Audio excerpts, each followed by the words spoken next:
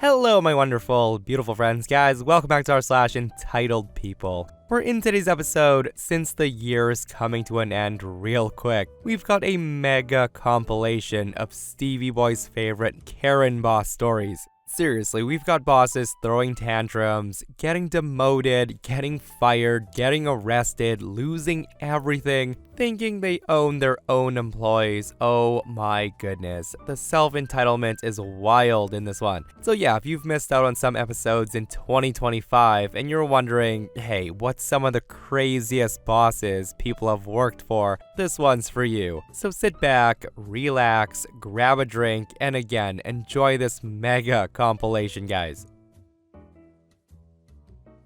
A few years back, I got hired as a supervisor for a local government. I was to help supervise about 10 employees. Above me was a manager. The guy was a terrible leader, and he would often yell at people, give impossible tasks or deadlines. On my third day in, he yells at me to, quote, learn how to do your effing job, in front of all the employees. The guy made snide remarks to other employees that he was going to terminate me on probation. He also demanded that I keep a communication log with every task he assigns me and update it as I complete them. He also chastised me my first weekend for not having any questions emailed to him by the end of the week. He told me that he expects me to send 3 questions every week until I'm off probation. The next week, I sent him 3 questions as required, and he replied back to look up the answers myself. This guy was out to get me. He would give me a task, and then another task, and then ask why I didn't get the first task done. I also found out that he rode the old supervisor that way until he got enough dirt on him to terminate him. So I decided it was a war. I kept a log of every perceived policy violation, broken rule, inappropriate comment, and people who witnessed it. I also engaged other supervisors and employees from other departments. After 28 days of employment, I was ready to quit. I kept a resignation letter in my car, and that gave me the power I needed to press on. After 28 days, I filed a formal complaint with HR. At the time, I convinced other supervisors to do the same. After that, several employees filed complaints, and then a group complaint was filed. HR investigated the complaints, and the manager was placed on administrative leave. The investigation concluded that the manager did violate numerous policies, and he created a hostile work environment, and he ends up resigning. Since then, he's been burning bridges at every employer, 3 so far. And the guy went from a manager of 15 employees and a great pension making $95,000 a year to a low-level laborer employee making about $25 an hour in a hole-in-the-wall facility. And to be fair, the guy created his own problems. I just helped HR see it. So just after high school, I worked at a fast food joint. But not for very long, as you'll soon find out why. The location I worked at was near a stadium, so whenever there's events on such as football, rugby, boxing, or concerts, we get busy. Now, working in a fast food chain, it gets warm quickly, and when it's crowded and warm and I get stressed, I tend to black out due to my health condition. So this particular day, there's a football game going on, and the store's getting busy. There's a lot of customers and a lot of staff. We're serving customers and getting orders sorted fairly quickly. I'm in the middle of serving a customer when I can feel myself starting to black out. So I turned to the shift supervisor and I told her what's happening and asked if it's okay to get a drink. She said yeah, and took over serving the customer from me.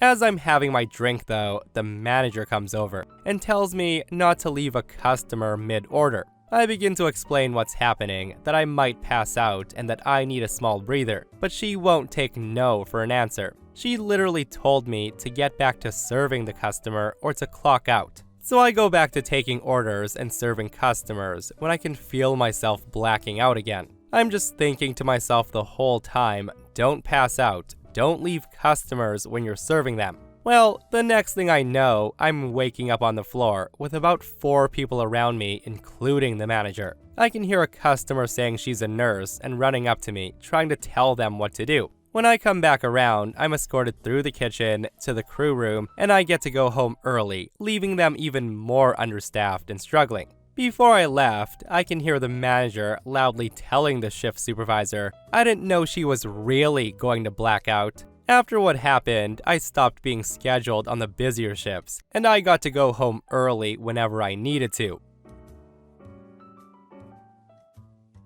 Okay, so here's some backstory. When I was 16 years old, straight out of high school, I got a job at a boarding kennel, where you send your pooch when you go on holiday. This place was owned by a woman who had her own breeding collection of Pomeranians. There were at least 20 of them at any given time, and I should have realized when I went for the interview that the manager was insane. If I hadn't been so excited about getting my first proper job and I didn't need money, I would have run a mile. During the job interview, the manager gave me a list of things to say to people who called with questions about the care of their dogs. This included that all dogs get individual kennels, unless specifically requested. For example, if you have 2 dogs that live together and you want them to share. She also told me to tell people that the dogs all get walked every day. And then right after, she said to me, we really don't walk the dogs ever, but that's what people like to hear, knowing their dogs are being walked. So that said, the hours were long.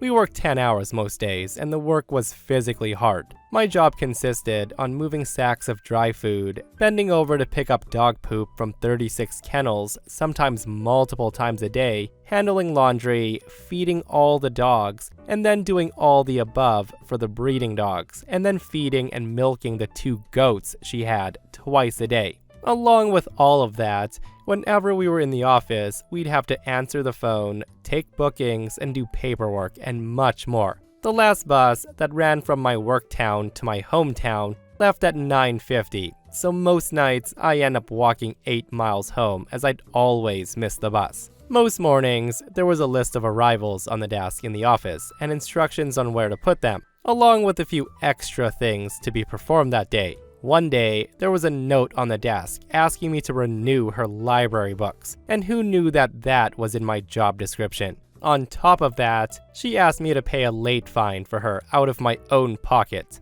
There were many other instances of her asking me to do her personal errands, and for a while, I did them without complaining. She did the same thing with my 2 other coworkers. This scenario went on for weeks, and one Monday morning, my boss was at the desk when I arrived. She greets me and says, "Morning, you're late." And I want to note, nobody else was there yet, as it was 5:50 a.m. I respond to her, "Morning, Karen, I don't start till 6 o'clock. She then says to me, "So I need to tell you something, but you're not allowed to tell the other 2 girls, okay?" I respond, "Oh, okay, go on, tell me." I'm getting a little excited as I might be getting a promotion. She then says to me, "So I'm going to fire one of the girls at the end of the week, Lucy." I respond, "Oh, wow, I can't believe you told me that." She then says to me, "Remember, don't you dare say anything." I respond, "Okay." The other 2 arrive, and we're cleaning the kennels, and that's when I tell Lucy, "Hey Lucy, so crazy Karen told me she's gonna fire you at the end of the week. I'm sorry. She told me not to say anything, but she had no right to put me in that position, so I thought I'd warn you." That's when Lucy tells me, "Joke's on her, I was quitting on Friday anyways." My other coworker said, "Well, I was going to quit at the end of the month." We all talked a bit longer, and we all decided that we were going to quit right then and there, as without those 2 girls, work would be miserable for me. So we all marched down to the office, and Lucy tells Karen, "Karen, I quit." Karen responds, "Well, okay, that saves me the trouble of firing you." She then walks away, and that's when the other coworker says, "I quit too." Karen responds, "Oh, really? I'd like to see you get another job. You're useless." This is when I come in and I say, "I quit too, as without these girls, it would be really boring working for you." It's at this point, Karen begs and says, "You can't leave. Who's going to take care of the dogs?" I tell her, "You." Karen says, "I can't. You have to stay until I can hire someone else at least. Please, I'm begging you. One of you needs to stay until I can find somebody else." We all tell her no, and we left. We all went back about the same time on Thursday to collect our final paychecks. I was the last one there, and the two others were leaving as I got out of my dad's car. This is when Karen opens the office door and she yells across the yard at me to please go home and change and then come back as there's work to be done. That she had also ordered food for us and the guy should be here soon. That's when I tell her I don't work here anymore, I just came to collect my paycheck. I then went in the office, picked up my final pay packet, and got back in the car. Not even half a year later, her business was closed. So this one's a bit long, but I promise it's worth the ride. Starting out, let me explain why there wasn't a mass walkout and that I'm the only one that quit, despite us basically being terrorized and treated like slaves. The job market was in shambles in my city at the time, with something like a 40% unemployment rate. I actually knew someone with a doctorate degree in theoretical physics, working at a fast food joint as that was the only place hiring. He's now the dean of the physics department at his former school. But yeah, to quit any job, no matter how bad, was financially irresponsible, and a guarantee you wouldn't find a new one. I always worked customer service, food service, and hospitality since I was 14 years old. At 24 years old, I decided it was time to find a job with benefits and potential for career advancement. So I took a job stocking shelves overnight with a global monstrosity that started out as a mom and pop store. I felt right at home. I worked hard and constantly took the worst jobs and the worst days off to make sure I would be there on the weakest staffing days to rub elbows with management. If there was anything that came up that no one on shift was trained to do, I would come in on my day off without pay to get trained on how to do the task. Things like keys, paint, accounting issues, etc. It was to become less disposable and more versatile. It worked, and after 10 months, I found myself with an offer to promote to low-level management starting January 1st. Starting the weekend before Thanksgiving, an overnight manager started to understaff shifts to preserve his year-end bonus, and the guy acted surprised when people called him out. The guy would then bully us into staying longer hours with threats of write-ups for not finishing our assigned stocking tasks. Upper management was notorious for signing off on write-ups without looking at their validity, so each staff being assigned 13 plus hours of labor to complete a loan in 6 hours was no defense. And since an employee could only get 2 of those write-ups in a 13-month period before termination, we would all stay longer, as well as skip our breaks and lunches to finish. But there was a catch. Since any approved overtime would count against this boss's $73,000 bonus, the guy would never file the approval forms for the OT. This meant it was considered unapproved, meaning we were required to get approval to cut hours off our regular shifts to equal out what we stayed over. He, of course, never approved us to cut those hours. This was resulting in weekly write-ups from the same manager for unapproved overtime on those of us that made it to work every day, despite the weather and missed holidays and get-togethers with our families. Every week, we would get our write-up and he would get praise for getting everything done with less approved staffing hours than typically allocated. Thankfully, the write-ups for unapproved overtime didn't carry a lot of weight, but for 3 months, they counted against your points for promotion opportunities. This went on until the week before Christmas. When I got my weekly write-up, I was told by the store manager who offered me my promotion that I would be suspended for overtime abuse the next time my manager submitted a write-up for unapproved overtime hours. Determined to not lose my promotion, I start telling that manager no. The second time I refused to stay over working hours without him signing an overtime approval form, the guy writes me up for abusive actions towards a member of management. This instantly cost me my promotion, which greatly upset me. And then, like the idiot he is, he left me alone in his office to sign the write-ups and the acknowledgement that I was no longer promoting. Initially, I was just going to accept it and resolve myself to spending the next 13 months working my tail off for minimum wage and go up for promotion as soon as they fell off. However, when I started reading the acknowledgement form, I found out that I wasn't eligible to promote to management until I was write-up free for 5 years. This meant 6 years and 1 month before I could even try to get promoted again, all because I followed policy. So rather than signing it, I wrote F off. in Sharpie across his brand new desk, which he got for being such a great manager. I then walked out of his office and handed him my vest and name tag. I shredded the write-ups and tossed them in the air like confetti, and told his no longer smug face that it was now my personal mission to get him fired. The guy lost all his cockiness when it sank in that I'd just quit. I could see little beads of panic sweat forming on his forehead, as he realized that the only person capable of doing these highly essential functions for his shift was walking out the door. He shouts after me, telling me that he could talk to the GM and see if he could get the time frame cut down to 3 years. He offered to approve all of my overtime the rest of the season, and even offered me a cut of his bonus. And honestly, if he'd offered to withdraw the write-ups, which was still an option, I wouldn't have accepted it, but I might not have followed through on my threat. I was way too angry and way too determined, and I didn't care if I became homeless as long as I never had to work there again. So how did I get him fired? Well, due to certain ADA requirements, I was permitted to carry a voice recorder with me at work, so I could record important meetings, announcements, and reminders. When I got written up the first time for unapproved overtime, I started recording his requests to both me and my coworkers. I never used them to dispute the write-ups, but I never deleted them either. So I uploaded all the recordings to my computer, nearly 18 hours of audio, and sent it to the home office, CCing every store manager and compliance officer in the district. When I went in for my last paycheck, he was long gone. I was offered my promotion back, but I declined. The regional director then offers me my old manager's job, with a $73,000 hiring bonus. I wonder where that came from.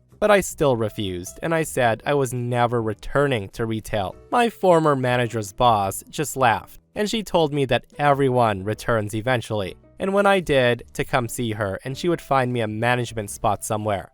After 5 months of being unemployed, living with my mom, and barely surviving, I moved to another state, and I got a job working at a state prison as a guard, and I'm very fulfilled.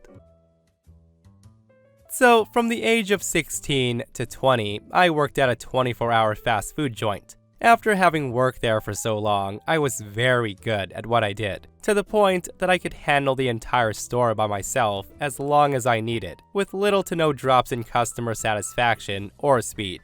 When I was 19 years old, my grandfather got sick, which was really hard because I loved him to bits. My boss and I were close, so we worked out a deal where he would schedule me a ton and I would essentially be on call for any time he needed someone to cover a shift. I would also work a double shift on Monday, the busiest day of the week. I worked so much that it resulted in me getting around 10 to 15 hours of overtime per week, sometimes more. This actually saved him money, because one guy working for $17 an hour at time and a half was way cheaper than paying 3 guys $15 an hour to do the same work, allowing him to make way bigger profits. This also allowed him more leeway and rep with corporate, meaning he would get bigger bonuses. He said that he could give me a raise after around 6 months, citing how well I worked. The other part was that I got a week off a month to visit my grandfather and assist him with his care or anything else he needed. Our agreement went on for a year before he was promoted to regional manager, which was a big jump. He got the promotion because our store was making like 15% more than the next highest performer, while being in a less traveled area. Now, the new manager who took over for him was a piece of crap. My manager told him our deal, and he scoffed, and he said it was dumb because of how much overtime he'd be paying me. He just shrugged, because even if the store's performance dropped, he would just look even better as he's saving money. And so, my hours were lowered to like 30 hours per week. But here's the thing, the guy was still calling me in and scheduling me for solo 8 hours and double shifts. So I was working crap hours, but getting paid way less. The guy also denied me time off, so I couldn't see my grandfather. So I quit, and the guy soon realizes how effed he was. I heard from my old boss that the store's profits actually dropped 15% lower than the next lowest store in the region. The new boss was fired shortly after for somehow dropping 125% in profits, and the guy actually tried to blame it all on me for quitting. Nothing fancy, all I did was put in my 2-week notice, but I thought it was a funny story to share.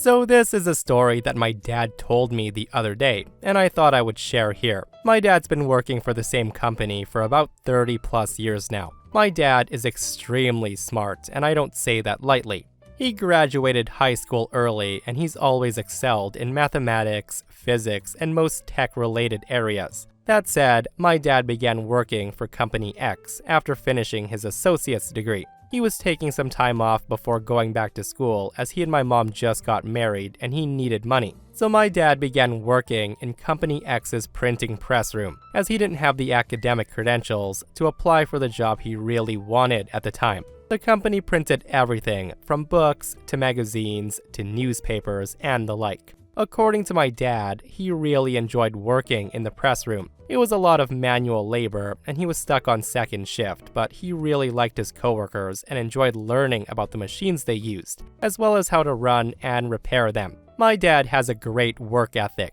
He always works hard, as did most of his coworkers. But apparently, the boss at the time was kind of crappy. My dad had been working the job for several months when he got the flu. He of course called in sick that day to rest and recover, but his boss wouldn't have it. The boss told him he had to come into work or it would count against him when it was time for reviews. It was clearly an unfair and ridiculous rule. So my dad came into work that day with a fever and nausea, and he carried around a trash can with him for most of the day. It was a long and brutal shift, and he was thrilled to finally leave. By the time he left though, everybody else on second shift had been exposed to the flu, as well as everyone coming in for third shift. The company ended up having to shut down the printing press for almost a whole week, because nearly every press room worker was sick with the flu. While I'm not sure my dad had planned such a glorious outcome, he was very smug telling me this story, and he said he would do it again. My dad went back to school and he finished his degree and he got a job much higher in the company. And he now has quite a few people working beneath him. He never gives his employees a hard time when they need to take sick days. So this is a tale back when I used to flip burgers and fry chicken nuggets. It was my very first job. When they brought me in for orientation, my manager Alex asked what I wanted to do. They were short on cash or the grill, and I could choose one for now and later be trained on the other positions. So like any lazy high school kid who didn't want to spend my day slaving over a hot stove, said cashier. So they trained me on cashier and only cashier. Well, my first day, manager Karen was there instead of Alex, and she stuck me on grill. And to be frank, I had no problem with the grill. But since I hadn't been trained on it, I had no idea what I was doing, obviously. So I spent the whole shift relying on my coworkers to tell me how things worked. Of course, Karen notices this, and she pulls me off the grill for my incompetence. I tried to explain, but no dice. She then made me clock out and watch all the cooking training videos in the back room. From that day on, anytime Karen was manager on my shift, I'd be on grill or the fryers. I only got to be a cashier when Alex was on duty. And that's when I noticed that all the cashiers on Karen's shift were always women, even though everyone's supposed to rotate. Well, one morning, Karen decides to let me run the register. Everything was going fine until the end of shift, and somehow I'm $10 short. Now, I'm meticulous when it comes to money, because I was raised poor, so I knew it wasn't my fault. Of course, I had no way to prove this because we weren't allowed to count our drawers before starting, which now I know is bad. So I get written up, yada yada yada, and I was told if I kept stealing money, they would have to fire me. But here's the thing though. I would have been okay with it as crap does happen, but this was despite another girl cashier missing over $20 one week and not getting written up or anything, so I thought that was odd. Well, after that, I wasn't allowed to run the cash anymore because Karen kept telling me that I was a little thief. The snide remarks and abuse from Karen continued for another couple of months, and then one day, Alex comes to me. Alex tells me that I was deliberately set up so that Karen would have a valid reason to never let me touch the register again. So of course, I asked Alex why he thought Karen was targeting me. And that's when Alex said, from what he heard, is it's because I wasn't pretty enough. Well, that just blew my gasket. I start looking for another job, and eventually, I got one lined up. I then put my notice in, but I cut myself short. 2 days after I put in my notice, Karen's boss came in for an inspection. I wait for them to get to the grill, turn to Karen, who was standing right around them, and this is what happens. I say, I quit. Karen says to me, I know that. You gave your notice the other day. I tell her, no, I'm quitting right now. I then turn to one of the bosses and I say, I'm sorry to go back on my word, but I wanted you to know why I'm quitting. I'm quitting because our manager doesn't let cashiers count their drawers. I'm quitting because she continually asks me to do things that I haven't been trained on and then insults me when I don't do it right. But most of all, I'm quitting so she can hire someone who she thinks is pretty enough to be seen by customers in her store. And just like that, I walked to the back, grabbed my things, and left. Of course, Karen went white as a sheet, and I heard the big boss say, "Back office, now." Unfortunately, she didn't get fired, but I did keep in touch with my friends, and they said Karen was relocated to another store. I hear from my friends that still work there that everyone is treated better with her gone.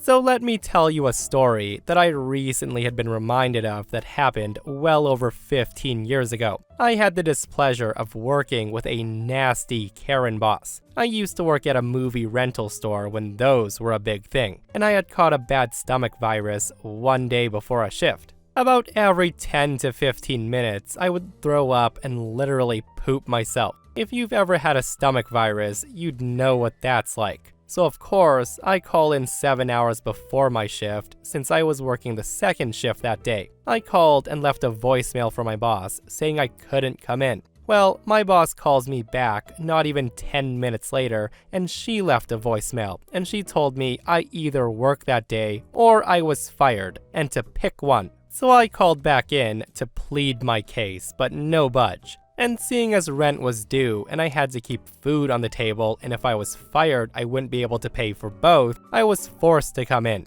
But of course, with having a stomach bug, after 10 minutes I had to run to the bathroom to throw up. And since I had to leave the register to do this, Karen boss wasn't happy and she writes me up for abandoning post.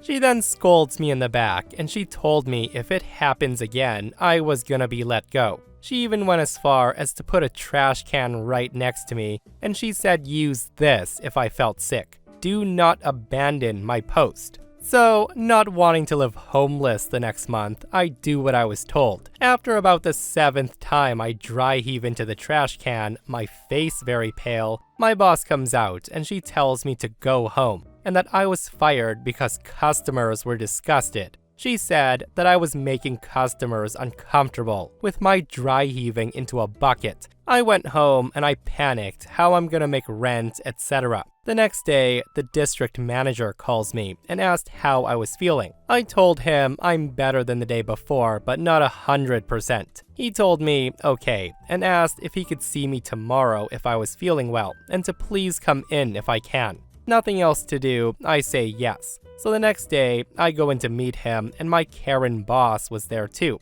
I was thinking it was an exit interview or something. The district manager then said that there were so many customer complaints about me that Karen boss had to let me go on the spot and then asked me what happened.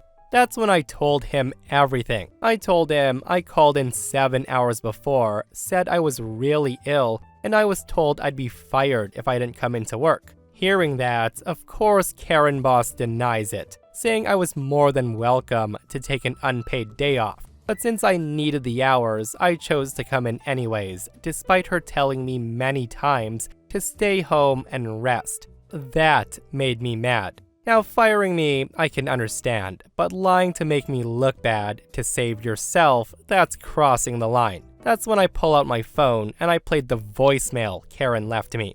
And she even had the nerve to get angry at me after hearing it, as if to say, "What the F are you doing?" I was then asked to leave the room for a few minutes, but to hang around in the store, as I'd be talked to afterwards. About 10 minutes later, I see Karen walk out of the store, pissed off, tears in her eyes. She did look at me, but she didn't say a word. That's when district manager calls me in and fills me in. Well, it seems that night when she fired me, there was a secret shopper in the line. The shopper noted how nice I was being, despite being obviously too sick to work. When the shopper saw me getting fired for being too sick to work in a line full of customers, she was outraged. And after I left, she told off my Karen boss and then asked for the district manager's number, which my boss refused at first, but then gave her the wrong number to contact. But since she was a secret shopper and she knew the correct number to begin with, she called district manager and told him what went down.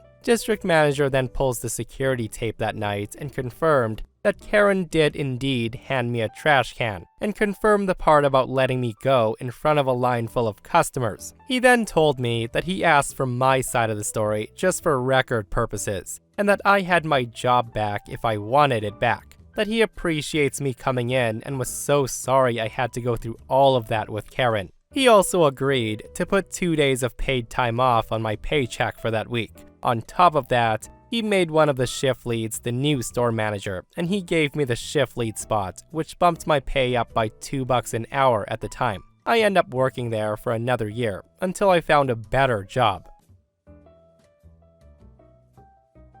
Many years ago, I worked for an organization providing frontline customer service. It was a decent place to work, but our manager ruled the place with an iron fist. It had lots of rules. One of the rules was that we couldn't do any personal printing with the printers at work. If we did, we were expected to pay 50 cents per page for black and white printing and $1 per page for color. Now, I'm not sure who made this rule, but the manager was constantly reminding us and making us pay up. One day, I was interviewing for another job within the organization, but at another location. Prior to the interview, the manager of the other location asked me if I would mind printing a copy of my resume and bringing it with me, as their printers were down for the day. I said no problem, and I figured I would print it at work since it was work-related. The closest printer was located between my manager's desk and an employee's desk, so I printed, stand up, and went to go get it. Before I got to the printer though, my manager gets there first. My print job went ahead of hers. When she saw what I'd printed, she said, "Oh P, this looks like a personal print job. You know what that means." I tried explaining it wasn't, but she disagreed, and she said that since it had nothing to do with our day-to-day work, I had to pay. I remember her exact snooty tone as she said it. She said, "It's $2 for 4 black and white pages, so cough it up." I begrudgingly paid up. And that's when I also asked her what happens to the money. And she said she always puts it in the Christmas party fund. And I thought, all right. A few weeks later, it was lunchtime, and everyone except my manager agrees to go to a nearby restaurant for lunch. I had walked out of our building, and I realized I forgot my wallet, so I quickly ran back inside to get it. When I got to my desk, I could hear the printer going. I was curious what was being printed as it was spitting out page after page after page. I quickly glanced at the pile and I saw at least 100 pages printed in color, announcing it was a Sweet 16 for Trista, the manager's daughter. It very obviously belonged to my manager. I just stood by the printer for a minute, and that's when my manager comes out of the bathroom a moment later, and she seemed shocked to see me standing there. I picked up the pile, passed it to her, and I told her that the Christmas party fund was going to be getting a big boost. She then began stammering that she's the boss and that she's allowed to, when I interrupt her and I said the rules are for everyone, right? So cough it up. She said nothing, but she looked really uncomfortable. A few weeks later, our district manager makes his quarterly visit. He talked about the upcoming Christmas party and how excited he was for it. That's when I decide to make sure she really coughs up the money instead of saying she was going to contribute. I just raised my hand and I said, I'm just wondering how much we've accumulated this year for the Christmas party from the print jobs. The guy looked so confused and he asked me to explain what I meant. So I told him our manager's rule of 50 cents for black and whites and $1 for each page printed in color.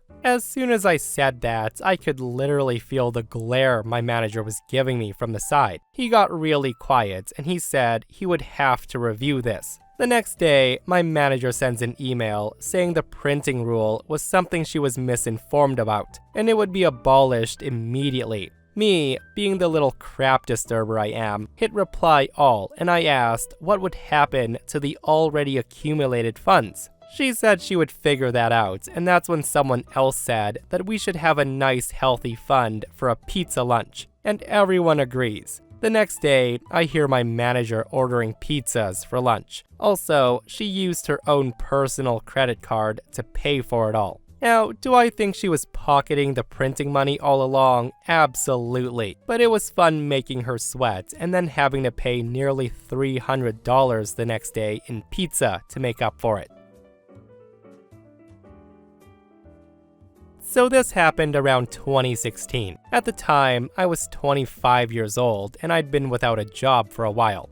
I was looking for a better paying job than I had before, and I found one at a camera security company that was looking to hire somebody for the service desk, and I ended up getting the job. Now, my new manager was ex-military, specifically ex-army, and the guy really didn't like having people disagree with or going against him, a thing I was very unaware of when I took the job. For 2 to 3 months, everything was going well. The manager was cordial and he seemed to really enjoy having me there. I worked my butt off every day. However, after that period, my grandpa, who was like a second father to me, suddenly was hospitalized after having a stroke. This all happened on a Wednesday, and the family came together in the hospital several times to show support and see Grandpa.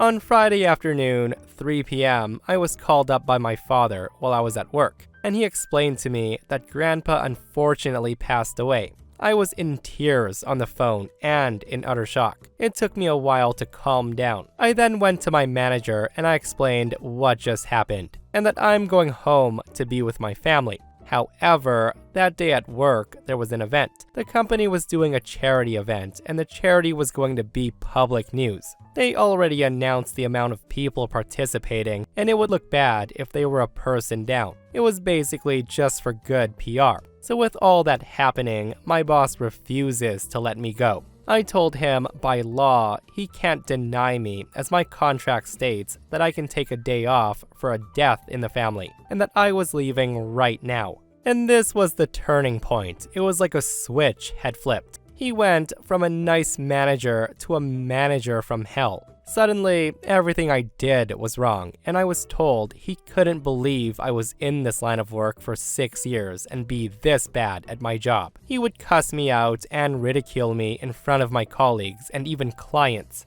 This all continued for several months, and it began to impact my mental health. I had a talk with my parents and my fiance, and they basically told me that this was not okay, that I didn't have to take this and I should give them my 2 weeks notice. I agreed, and the following day, I went to HR and I explained why I was leaving the company and that I can't stand the idea of working even a single day more with that excuse of a human being. HR did show interest in my well-being, and even more importantly, in what I was claiming about my manager. They had received more complaints about him, but nobody had proof of his wrongdoings, so they asked me if I had proof. I told them that I'd be looking for a new job, but I'd gladly fit in the time to collect all I could. So for the next 2 weeks, I collected everything. Memos, emails, voice recordings he had left me berating me, and I was also lucky that my colleagues at the desk had my back this entire time. They had been trying to cheer me up, and they said I was doing fine work, and that they didn't understand this man's behavior. So when I came by and asked if they'd mind signing a document that everything I stated in the paperwork was true, they gladly did. I had one last talk with HR and him at the same time on my last day I was there. Before he even walked in, I told the HR person who was mediating, hey, he's gonna walk in, say what he wants to say, and I'll be quiet and listen. When he's done, I'll explain my side, and the guy's gonna interrupt me and tell you I'm lying. And he'll talk about something completely non-related to drag the conversation another direction. She looked surprised at my comment, but had no time to respond as Mr. Army Man walks in, and he begins his spiel. Exactly as I stated, he'd blurt out his side, and once I tried to talk, he would consistently interrupt me, and he would try to pick fights. Eventually, I just get up, and I told HR, I told you so. Here's the documents you've been asking for. I then place a file folder in front of HR with several dozens of emails, plenty of memos, and a USB containing 3 phone conversations of him yelling at me. You could easily hear him cuss me out. I gave the manager a big bright smile, who was smirking victoriously, and I said to him, I don't think you'll be smirking like that for long. His smirk disappears into a confused scowl, but I just slammed the door on him before he could respond, and I left the building feeling like a huge, planet-sized amount of stress fell off my shoulders. Within a month, I was back to my old self. 2 months later, I was working at a new job, and out of curiosity, I checked my ex-manager's LinkedIn. It said unemployed. I then call up one of my old work colleagues to ask exactly what went down. Apparently, my proof opened Pandora's box. He was being disrespectful to a lot of staff. He would insult older staff, and on multiple occasions, he was less than cordial with our external hires. None of these complaints were acted upon because it was his word against theirs, and there was no proof. However, me providing overwhelming proof of his behavior towards me made all other complaints now to be taken as fact. He was promptly fired less than a month after I left, and they refused to provide him with any form of reference. In a field like this, his references mean a lot, so not getting one from a company that you worked at for so long is a huge red flag. 4 years have passed, and according to LinkedIn, he's still not working in his field. I will gladly admit that I felt rather satisfied, and I still do, when I happen to think about it. This happened almost a year ago. I don't work there anymore, so I feel safe posting. I used to earn some pocket money as a tutor, working with K-12 kids in an after-school program. Last fall, I caught the flu. I was coughing, hacking, sneezing, and had a fever. I was definitely sick and definitely contagious. The problem was I also developed laryngitis, meaning I couldn't call off work as I couldn't speak. So I texted and emailed my boss at 9 a.m. to let them know, as my shift started at 4 p.m.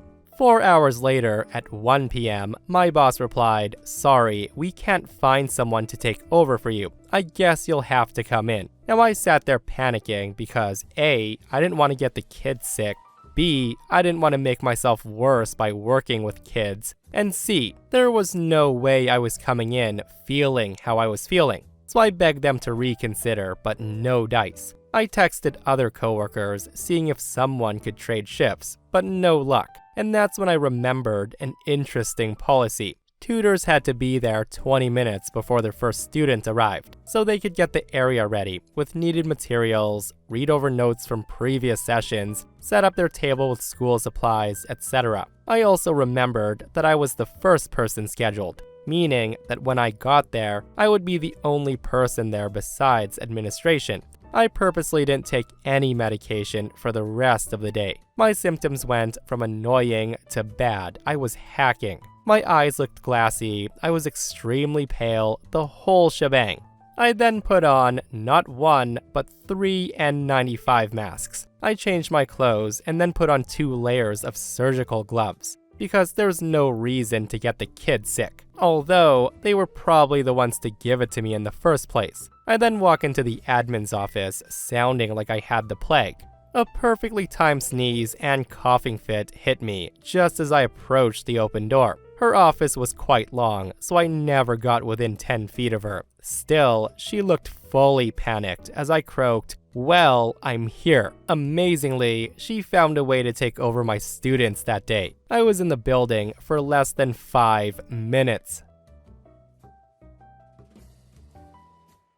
So this comes from about 15 years ago, when I was, and still am, working with people with disabilities in a community home. It's a great job for those who like it, but it's a terrible one for those who don't, meaning that any staff you meet are either very new or long-term like myself. As a consequence, the turnover rate of staff is very high, and the replacement staff are slow to be hired, meaning you often find shifts not covered straight away. This is an industry where simply not having a shift filled isn't an option, particularly where I work, which is in a house with a single day staff and a single night staff, each working 12 shifts on a 7-day spread over 2 weeks roster.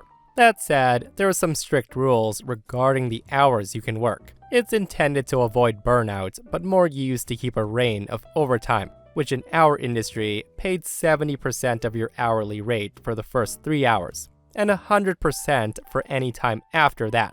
You can't demand overtime, but if they require you to work longer, they can't not pay you overtime. It's also worth noting that the people we work with are vulnerable, meaning they can't be left unsupervised. Long story short, you can't go home until your replacement arrives. So back in the early 2000s, we were having problems locating staff, lots of people working overtime, and a lot of fresh faces appearing and disappearing. The house I worked in wasn't difficult in particular, for adults with intellectual disability, but there was no support. By which I mean the worker there had to fend for themselves. There was no supervisor in the next building. They were miles and miles away. I'd frequently at the time have to stay back for half an hour or an hour, waiting for staff to come replace me. I was less than happy with the way it was handled each time I called the office to tell them the night staff haven't arrived. Do you know who's booked? To which I'd get the reply, we're still looking. How late can you stay? The obvious answer was until I'm replaced. But what I often said is I'd prefer not to stay after the end of my shift, but that doesn't seem to matter now, so I'll stay here until someone comes. Each time a new face arrived, I'd give them all the information they'd need for a shift. I'd introduce them, walk them through their duties, etc., and this would take 20 to 30 minutes. The point being is I don't just jump ship when a staff arrives to replace me. This is someone else's home, and I like them, so I'm not gonna leave them in the hands of someone uninformed. That said, cut to that weekend. My roster had me working 12-hour days, Friday, Saturday, and Sunday. Come Friday night, my replacement doesn't arrive, so I waited. I then sent a text message to the supervisor after 15 minutes, and then called after 30. I left a message, and when they eventually called back, I could tell they hadn't found a replacement. I told them I'd stay until they did. This was by that time an hour after I was meant to finish, 10 p.m. Come 11 o'clock, they call me, and they say they simply can't find a replacement. They offer a deal, and they say, if I stay and do the night shift, I can take the next shift off. It's pretty even, so you won't miss out, they said. They then changed their tone and said, it's not really a request. We have no other option. Treat this as a direction. I reminded them that it was a passive house, meaning you got half the hourly rate from midnight, but you could sleep in the bed provided, so I'd actually be taking a pay cut. They didn't know what else they could do, so I made a suggestion. I say I would stay and do the night shift, but I wasn't going to give up my next shift. I was going to do that one as well. They agreed, as that meant they didn't need to find a replacement for me in the morning, so they thought it was a good deal for them. It was, however, an even better deal for me. It took a few emails over the weekend with the union to sort out the particulars, but what happened was this. Once I couldn't leave my work site because of a lack of replacement, I was on overtime.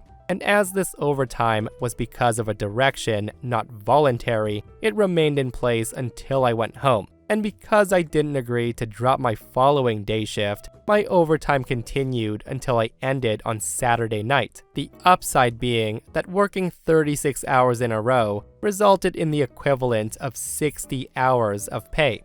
I was the first person to pull this stunt, as they say, and word got around that if you didn't get replaced, you were actually the person who was in a position of power. It didn't take long until the department puts a little more effort into training and employing extra staff, so something like this never happened again. Not at least to me. So I was in retail for about 8 years or so at the time of this story. I had been the store manager for a few different stores, some of them large, multi-million-dollar stores. My strongest suit was visual merchandising.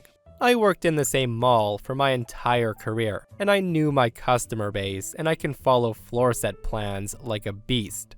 I found a job in the actual field I wanted to be in, which is teaching dance, but I still needed a job for mornings and weekends just to keep busy.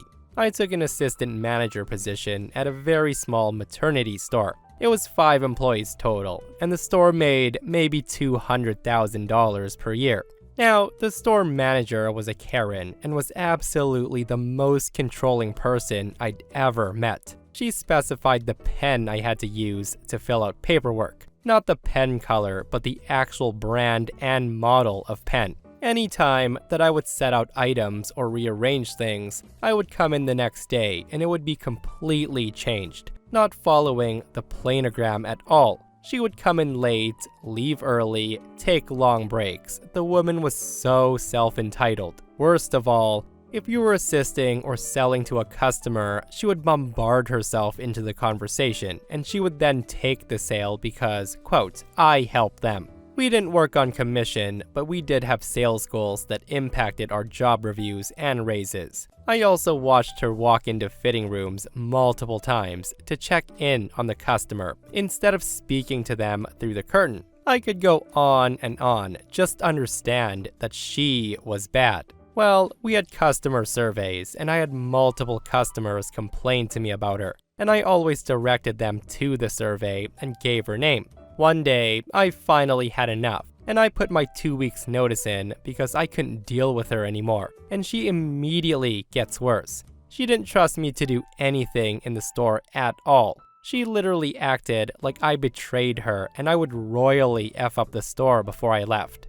At this point, our district manager comes in to speak to her about her behavior and bad customer surveys. I overheard that if she got one more bad survey, she was done. That night, I was closing the store alone. About an hour before close, Karen calls the store to ask if she had left her sweater in the back and to go check. I told her I didn't see a sweater, and that's when she said, I wouldn't be surprised if you're lying to me. That was the last straw. I pulled out my phone and I went to the survey site. I then proceeded to fill out the most appalling survey about how awful this manager was. I used all the actual behaviors that she showed in the survey, so it didn't seem off in any way. And I used the name of one of her customers, as we had client books to call people for sales and such. The next day, I come into work and I find out that Karen was fired. She had worked for the company for 8 years, and I end up getting offered to take her position. The last I heard, she was an on-site property manager for some apartment building, because she couldn't afford rent if it wasn't basically handed to her. So the moral of the story is treat your employees and customers nicely, because you never know when you've gone too far. So this happened about 7 years ago. I worked for a big box hardware store where safety was always a high priority in this store. If you're getting down a pallet, you have to block off your aisle with gates and the adjacent aisle. You also need a spotter while you're on the forklift. It's pretty standard stuff. One day, I go to the lumber area, and I see a manager who a lot of us really despised as he liked to yell a lot, getting a pallet of cement down for a customer. Now normally that's not an issue, but in this case, he wasn't using gates in any aisle and he was using the customer as a spotter. He even had the poor guy carry the damn flags. As hilarious as that was, I knew this was my opportunity to make sure he knew I saw him. So as petty as I am, I at least gave the manager a chance. I walk up to him and I said, what are you doing? And he responds with, I'm getting an effing pallet down since no one's answering over here. This guy was the manager of the contractor desk and not the lumber area.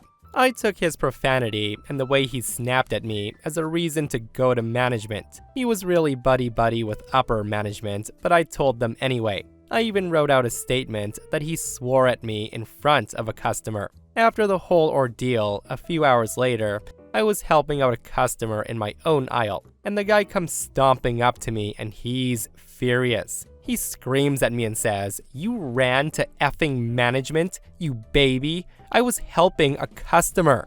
I just respond with, "Hey, I'm helping a customer, and this can wait until later." He then decides to counter with, "I don't give a damn. You need to be careful going to your car later." I immediately get defensive, and I tell him that he's threatening me, and he just walks away. So I go back to management, and long story short, nothing happens of it. I heard they spoke to him about the incident, but these were two fireable offenses. As I said earlier, no one liked this guy because he was a screamer, and he was a real piece of crap. He would constantly pick on people lower than him, and eventually, something happened that finally made me snap. I was buddies with one of the lot guys, and one day, I stumbled upon the supervisor chewing this poor kid out. He was complaining that the carts weren't coming in the door fast enough, and he ends it with, "Are you effing stupid or something? You're better off staying at home if you're gonna be this useless." At that moment, I had enough, so I formed a plan. We had these things called VOCs, or Voice of the Customer. Most stores have them, and when you shop somewhere, they give you a little code at the bottom of your receipt to fill out your opinions of the store. We would always post the good and bad ones, surprisingly, in the break room, and I used this to my advantage. For the next month, I had some buddies come in supporting the business, and they would give me their receipts at the end. I even bought some stuff on my days off just to get a receipt that I could fill out my feedback on. I would then go home and take 15 to 20 minutes to fill out a proper review. Only, I filled out the review as if that supervisor had helped me. I gave the nastiest reviews I could that were also believable. It was nice because everything was anonymous and I could only leave my name if I wanted to. One of my reviews said that the store was perfect, except for that one employee. In another review, I said I found it inappropriate to yell at lot attendants in front of customers, and that I won't be shopping there anymore. I even made some up so it wasn't too obvious that it was me. At the end of the day, I wrote so many negative reviews that they had to black his name out whenever I mentioned it. About a month later, he was transferred to another store, and very quickly after that, he was fired from the company altogether. It seems like management couldn't protect him from such negative customer feedback, and they dumped him somewhere else. Too bad he couldn't shake his crappy attitude, or else he would have kept his job. So over a decade ago, I took on a job tending bar at a tavern in a small town. The bar owner, who, let's call him Nick, had a bit of a reputation for getting angry and yelling at his employees in front of customers. I discussed this openly and honestly with Nick prior to accepting the job. I told him that under all circumstances, yelling at me in front of customers would be unacceptable, and if he had something to say to me, to pull me aside and say it privately. Nick agreed, and I began to work for him that weekend, despite the fact that he was more tolerated in the small town rather than liked. The choice of nearby taverns were thin. For me, everything was going very well. The other bartenders, however, would periodically be the focus of Nick's wrath, and always in front of customers. Periodically, I would remind Nick in sly ways that he'd better not ever yell at me. For example, I would comment to him and say, "I heard so-and-so got in a lot of trouble the other day. It's a good thing you don't yell at me like that." One weekend, I was extremely busy, and when the dirty glasses under the bar were piling up, I didn't have a moment to wash them. We had plenty of fresh glasses for the crowd, and my focus was on serving the patrons in the bar and not washing glasses. There wasn't a free seat in the house, the bar was packed, but it would thin out eventually, and I'd have a few minutes to get some glasses washed. Alas, as luck would have it, the door opens, and in comes Nick. He comments how busy we are, and a big smile crosses his face because we're busy. And for a bar owner, busy means more money is being made. He then proceeds to walk around the back of the bar and he sees the dirty glasses. At that, he proceeds to explode and he begins to scream at me saying, Why are all these effing glasses sitting here? It's your damn job to wash them, and I don't care how busy you are. This crap is unacceptable." The entire bar immediately falls silent. All eyes are on me and Nick, and everyone is watching, waiting to see what would happen next. I never said a word to Nick, and I just smiled at him. I walked over to my tip jar and I emptied it into my purse. I then proceed to walk around to the other side of the bar. I pulled a few dollars out of my purse and I laid them on the bar, and I looked at Nick. He just screamed and said, "What do you think you're doing? We're busy. You need to get your ass back to work." That's when I reply, "I quit. I told you to never yell at me in front of my customers, and I'll have a Budweiser, bartender." The people around me just start laughing, and the look on Nick's face was one of total disbelief. I reminded him that we agreed that he would never yell at me in front of customers, and his face got even redder when he realized he'd made a huge mistake. I refused him trying to be the nice guy and asking me to finish out the shift. He ends up working the bar till closing himself. I stayed till closing too, and I laughed to myself as I watched him struggle for a while to wash those dirty glasses. When I was in my early 20s, I took a job in a call center doing tech support and warranty stuff for some big brand TVs and DVD players. I also got this job because I'm bilingual. It was a relatively small operation. We were contracted. The call center staffed half a dozen people, and the downstairs was a refurbishing line for the products we supported. I was, at varying intervals, one of the 2 bilingual agents on staff. Enter Stacy, the Karen of the story. Stacy was the assistant manager of the call center, and she was also the company owner's daughter, who let's call Dick. Like I said, small operation. Stacy was a thorn in my side from day one. She was the typical boss's kid, and she did sweet nothing all day, every day. She would basically show up to collect a paycheck. And the thing is, we were all supposed to take calls, and Stacy did not. She had no management responsibilities, and basically, she refused to touch her phones unless we were all on calls. And even then, she would usually let them stew for 5 to 10 minutes, in hopes that someone else would end their call and they would pick it up. She even had the gall to hound us to grab the next call while she just sat there twiddling her thumbs.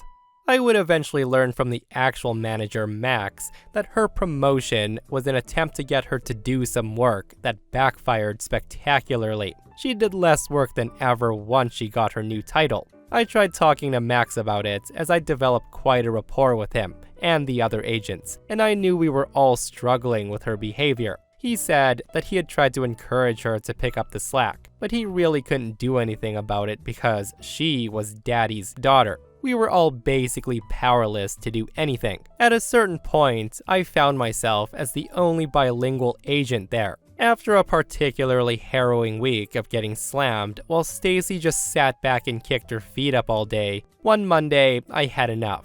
I turned my cell phone off and I effed off for the whole day. Frankly, I hoped that would be the end of my career there. The next day, I decided to pick up when they called. It was Max, and I told Max I was done and why. He commiserated, but he pleaded with me to reconsider. Eventually, he got the owner on the line, and they managed to convince me to at least sit down and talk about it. Clearly, having no one to pick up the non-English queue was proving a challenge. The next day, I strolled in nice and late in the morning, and I went to speak with Dick. This will always be one of my favorite memories and a great personal victory. I sat down and I let him have it with both barrels. I told him that his daughter was lazy, irresponsible, her promotion was a joke, and that she was tanking the morale of everyone she worked with. I basically sat there for 10 minutes ranting at this man about what a piece of crap his daughter was. And when I was done, the only thing he wanted to know is what it would take to get me back. I told him I wanted a raise from $12 an hour to $14 an hour, which was plenty decent at the time. And I told him I wanted her to pick up the effing phone when it rings, same as the rest of us. He agreed. I told him that I would come back after lunch so he would have time to talk to her. When I returned, I looked over at Stacy in her little corner and she had a phone to her ear. Satisfied, I went to my desk and I got to work. I would later learn from Max that while I was gone, Dick had attempted to man the non-English queue himself, which was apparently pretty funny because he only spoke English. I'm not sure how he expected to just wing an entire language, but I was happy that he made the attempt. Knowing he had been forced to debase himself like that was the cherry on top. Stacy was far from perfect after that, but I had successfully turned the tables on her. When she'd start to slack, I would either ignore calls until she picked up, or just straight up tell her something like, "We all just got off calls, you can take this one." It was heavenly. I was the only one who could speak to her like that, so I did become a bit of a hero to the other agents, who were also happy to have some relief from the phones and a less soul-crushing power dynamic at work. To me, the satisfaction was knowing that Stacy had to accept that some random employee could effectively order her around in her daddy's company. Also, that she had to actually work for possibly the first time in her life, and she had to live with the fact that her daddy, rather than defending her in the face of my verbal onslaught, basically gave me a bonus for crapping all over her. I will never forget that feeling. So my boss is a nice guy, but sometimes he gets a bit aggravated, and I'll be honest, he doesn't run things the way I would run things. To the story. Recently, a couple of people have left the job due to not being paid overtime and being overworked. So the people left, including me, have been doing 6 or 7 days a week to help keep the place running. It's a small business and money is money. About 2 weeks of this, we asked the boss man, "Hey, so when are new people being hired?" The boss says, "You guys seem to be going on fine as you are. I'm not hiring anyone." And that was the end of that conversation. Being a bit run down and young and fed up with no social life, I booked off a nice 4-day weekend and I bought tickets for a band I liked. The holiday was accepted. Friday comes and I wake up nice and late. I get a couple of drinks in with my best buds and I light up a few smokes and then proceed to get hammered to punk music. I'm thoroughly enjoying my night of sticking it to the man. While drunk, I get a phone call from boss man. I pick up and say, "Hey boss, what's up?" He replies, "Hey, so listen, any chance you can cancel your plans and work tonight and the weekend? We're understaffed and Jeff would have to work 16 hours if you don't come." I tell him, "I'm sorry boss man, I'm not even in town and also I'm wasted." He then proceeds to say, "Right, so you're gonna make Jeff not go home to his kids cause you wanna have some fun then. You don't have anything going on, just come to work for a few hours." This is when liquid courage kicks in, and I tell him, "Look, we're all overworked and you don't even wanna hire new people. We all told you this would happen, so no, I'm not coming in." That's when he says, "Listen, if you don't come in today, don't bother showing up ever again." He then hung up the phone. I went back to work on Tuesday to pick up a few things, and he acted like nothing happened. He just told me to get to work. It turns out, boss man did the shift himself because Jeff just got into his car after hearing the conversation over the phone. I started the job search again because still no one new was being hired because of course we seem to be managing fine. Why would he spend money hiring new people? The boss is a nice guy, but his corner cutting to make money is basically treating his staff like poo. I worked as a hostess during college at a big chain restaurant that had a huge staff. My location was the management training location for the region, so we had a lot of new managers cycling in and out. Most of them were promoted servers or bartenders from different locations, and they had no management experience prior to this. Now, I never loved working this location, as a lot of the new managers were on a little bit of a power trip, as it kind of comes with the territory as new managers. So after a year of being berated for issues that were completely out of my control, I finally got a new job and I put in my 2 weeks notice. I handed it directly to our GM, and I thanked her for everything, and I was set to leave on good terms with the company. Fast forward 2 weeks, and I receive a notification that my schedule was set for the following week. So of course I called the restaurant, and I reminded the on-duty manager that I was no longer an employee, and they would need to put someone else on to fill my spot. They apologized and moved on. Another 2 weeks pass, and I get the same notification. I once again called the restaurant to remind them, and they again apologize. Before I hang up, I say something along the lines of, "Hey, you need to make a note of this because I'm going out of country next week, and I won't be able to call if this happens again." They agree, and we end it right there. So this is where it gets dramatic. I'm on vacation in Spain, and I get a string of angry texts from a new manager at the restaurant, reminding me that I'm 5 minutes late, and if I don't arrive in the next 5 minutes, I'll be written up.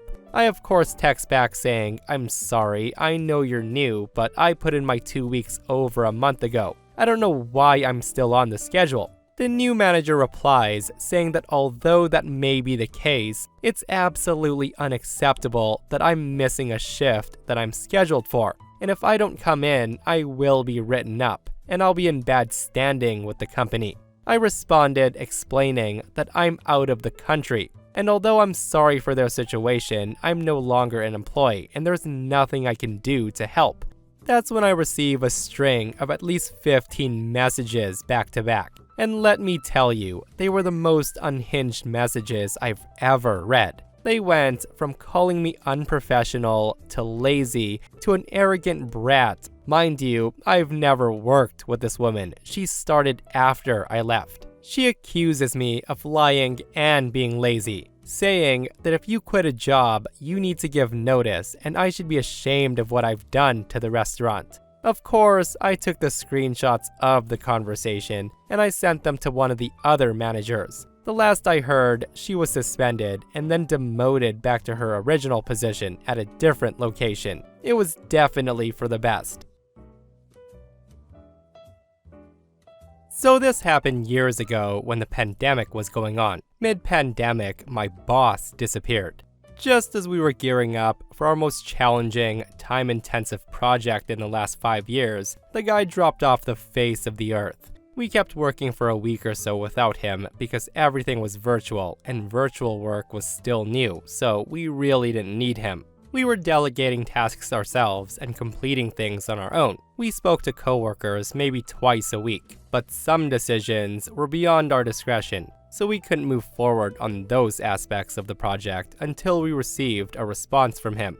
After about 7 to 10 total days of silence, we called the boss's boss, who informed our team that our boss was so sick he wasn't able to work right now. We took that at face value, of course, and we sent him letters of well wishes, and we didn't bother him with work stuff or ask why he was able to notify his boss but not us. At this point, 3 weeks go by, and still not a word. We're beginning to discuss amongst ourselves whether or not he maybe died. We're terrified and horrified and so concerned. We're even contemplating calling his extended family. We're sending flowers and care packages to his apartment. Meanwhile, the projects descended into chaos because no leader was appointed in our boss's place. So we're forced to navigate several layers of bureaucracy in order to accomplish anything at all, whereas in the past, he would have just signed off in real time. Around week 4 or 5, one of our coworkers suggests that he's not even ill at all, but instead, he's using it as an excuse to take time off. We all jump over our coworker, asking how he could insinuate something like that, and lamenting about what a tragedy our boss is probably living through. People were chilly to him for days after that. On week 7, we're undertaking a letter writing campaign to upper management, demanding an acting boss be appointed while ours is recovering. The project is a month behind schedule. We're all working overtime every day, sometimes even on weekends without extra compensation, just to keep up with the mess of the boss's sudden absence. On week number 8, he finally reappears. He logs into a morning meeting as though nothing had happened. He looks well rested, well fed, and the guy even has a tan. Not at all like someone who just came out of the other side of a 6-week respiratory virus. He then says something quickly to the effect of, "Yeah, that was brutal, but I'm glad to be better and glad to be back. Let's get to work." He doesn't even want to talk about what happened or answer any of our questions, like were you in the hospital, what was it like, etc. Fast forward to about 4 or 5 months after this. My sister sends me a promo for a fairly new reality TV show.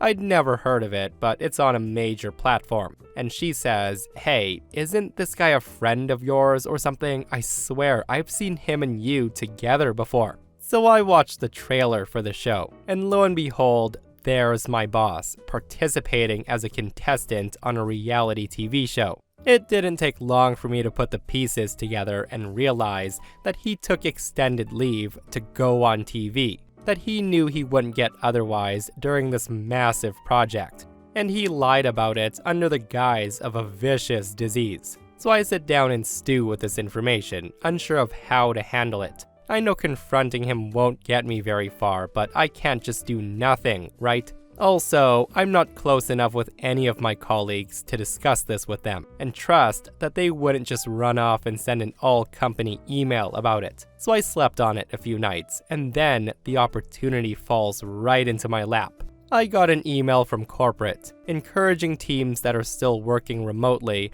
to plan virtual social functions, to keep the work culture going and to stay in touch. Among the suggestions were game night, trivia, and a watch party. With the premiere of the show only a couple of weeks away, I got busy telling everyone how I'd been meaning to get into this show, how it's so enticing and exciting, basically laying the groundwork to guilt them into coming into an impromptu virtual watch party off hours. I even offered to get special shirts made up and send them to each person's house, whatever I had to do to get the attention of corporate. Finally, I sent an evite to all of my boss's bosses and any other members of corporate that I could justify inviting without making a total ass of myself. And because this is entirely virtual, my boss is unable to overhear any of the chatter. He doesn't realize that I'm hyping up this show, and he doesn't realize that I've planned a watch party for it. I wasn't inviting him unless he had the balls to explicitly ask about it. I was hoping he wouldn't have heard about it at all, not until afterwards. That was really the only way this could work. So the night comes, and I'm screen sharing the show to a whopping 64 people, a huge chunk of my department. Many members of corporate had showed up because I was the only person stupid enough to buy into their virtual social work party scheme, so they felt pressured to support it. I was holding my breath, hoping this would go my way. I was bracing myself for some kind of curveball, but there wasn't even that dramatic of a build-up. Right at the outset, they introduced the premise, and then gave a brief overview of each contestant, which included the contestants being in an exotic location. As my boss was introduced, right down to what he did for work, I could see people register delight and surprise, and then go blank, just before sliding into confusion and rage. The chat took a drastic turn from "oh my goodness" and all sorts of jokes to a brave member of my team sending the message saying, "Wait, when was this filmed?" My audience dropped from 64 to 58 to mid-30s, and by the time the episode was over, it was just me and the other 15 core members of the team. One asked if I'd already known, but some members of the team are very close to the boss. So all I said was, "Well, I definitely do now," and then wrapped up the call pretty quickly after that. Perhaps one of the best bonuses is that you could already tell from episode 1 that the character arc the show assigned to our boss was bumbling idiot. He had his true colors on in full display, and some production massaging up them to the 11th degree. My boss was fired, and my good buddy was promoted to his place. I'm an office legend now, and it was all so satisfying that it was almost worth the dozens and dozens of hours of uncompensated overtime that led to it. So when I was an undergrad and looking for a job, a family friend told me about this position at a large store that was looking for dock workers. The store sells clothing, furniture, makeup, etc. It's a large chain, and I'm sure most people have heard of it. The job works great for me. Good hours that work for school, good pay, and good coworkers. About 6 months after I got there, the dock supervisor, who's my direct manager, leaves, and I'm asked if I'd like the job. I tell the store manager and the operations manager that I'm willing to do it as long as we make it work with my school schedule. They're fine with it because they both like me and they know the other guys like me and know there won't be any issues. So about 2 years go by and the store manager gets promoted to a job at corporate. I start to hear about this woman taking his place and it makes me a little bit uneasy. So I call the dock manager, where the new boss had previously been a department manager, and he gives me the rundown. Everything I'd heard about her being two-faced, a backstabber, a ladder climber is confirmed. So I let all my dock guys know if there's ever any issues to let me know. We do lots of support for the store, floor moves, running out merchandise, etc. But certain departments thought that we only worked for them, and we've had issues with these managers in the past. Now I wasn't afraid, because I was fighting for my guys and I knew that the store manager and the operations manager had my back because they saw how hard we worked. So the new store manager, who let's call Karen, comes in. And from the first meeting, she starts to try to run things differently than the company says. A few days later, she wants a meeting with me to go over new operations. The meeting went about as well as you'd think. Now at work, my guys wear jeans, running shoes, and polo shirts. We're on our feet all day, unloading trucks, doing moves, all the physical stuff that most people don't see. Karen tells me there is a new dress code, that my guys will be wearing cheap t-shirts with the company logo on them, that we have to pay for. I start to laugh, and I didn't share my amusement. I then go to our operations manager, and he says he'll take care of it. Fast forward 6 months and Karen's on a roll. She's trying to make my guys come in at night to do inventory, something the sales staff does, and she's trying to cut hours every quarter. She's also taking shots at my workers in meetings and making us give priority to the departments that she considers important. Now at this point, I've got 1 semester of school left and I let my guys know that I'm going to quit. At the beginning of the year, I take both my weeks of paid vacation. During this time, I had told my guys if they were going to quit, that they should put in their 2 weeks while I was gone. Of the 5 that worked for me, 3 put in theirs. I also find out that my operations manager is leaving for a better job. He was the buffer zone that kept us safe, so I know I'm doing the right thing. Well, the day I get back, I have a meeting with Karen, and I put in my 2 weeks, and predictably, she flips out. At this point, she's losing the majority of people who do all the hard work. And with me and the operations manager leaving, she has to interview all the new hires. I then start hearing rumors from some managers I'm friends with that she's going to try to get me fired so they wouldn't have to pay me my sick pay. So I decided to add a little something extra to my exit interview. The day before I'm supposed to quit, she calls me into her office and she loses it on me. She goes off for about 30 minutes how I'm worthless and so are my guys. She's trying to get me to quit early so I wouldn't get my sick pay, but that doesn't work. So the next day, I go in for my exit interview and I spring the surprise on her. Here's something she doesn't know. The family friend at the beginning of the story who told me about the job just so happens to be the 3rd highest ranking person in the company. The 2 people above him are the kids of the founder. I had let him know when I put in my 2 weeks, and I told him why. He wasn't familiar with the new store manager, but he said he'd look into her.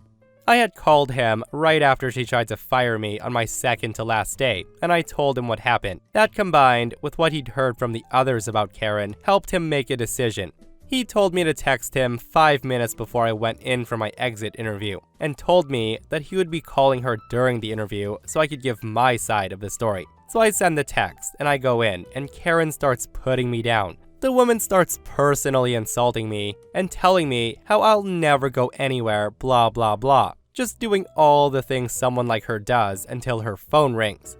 She ignores it the first 2 times until her secretary comes in and says it's an emergency. She then picks up the phone, and I wish I had a framed picture of her face when the color just drains from her face and her jaw dropped. She puts the phone on speaker and I start to have a conversation with my friend. He's asking me why I'm leaving. I give him a reason, and I also tell him that several of my guys have also quit. It turns out she hasn't informed anyone of this. For about 20 minutes, he just asked me questions like what's going on at the store, why is there so much turnover, etc. And I outright tell him that Karen shouldn't be in this position. All the while, she's turning red with rage and biting her lip, so she won't go off on one of the highest ranking people in the company. After I tell him everything, I tell him I think we're done with my exit interview, and he tells Karen to expect a call tomorrow and then hangs up. She then calls security to escort me out, and I go home. I find out later that she's been demoted from store manager to sales associate at a lower performing store. She was fired not too long after that for not meeting numbers.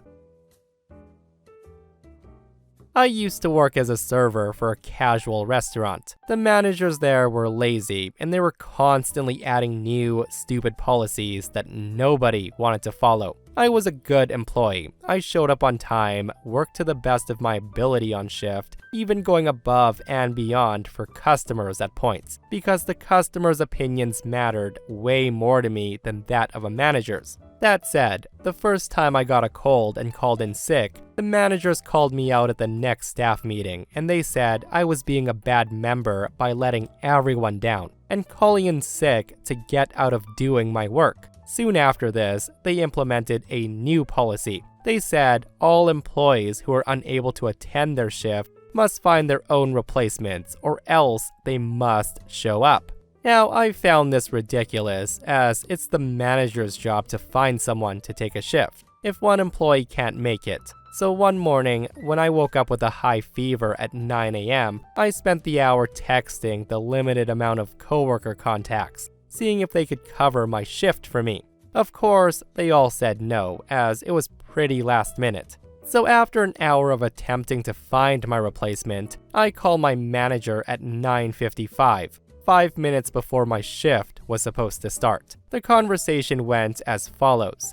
I say, "Hi, manager. I woke up with a fever this morning and I feel very unwell, so I'm not able to come to work today." Manager says, "When's your shift?" I reply, 10 to 4, sir. Now, on the inside, I was thinking, shouldn't he know my shift, as he's the one who schedules the shifts? He says, "Okay, so have you found your replacement to take your shift?"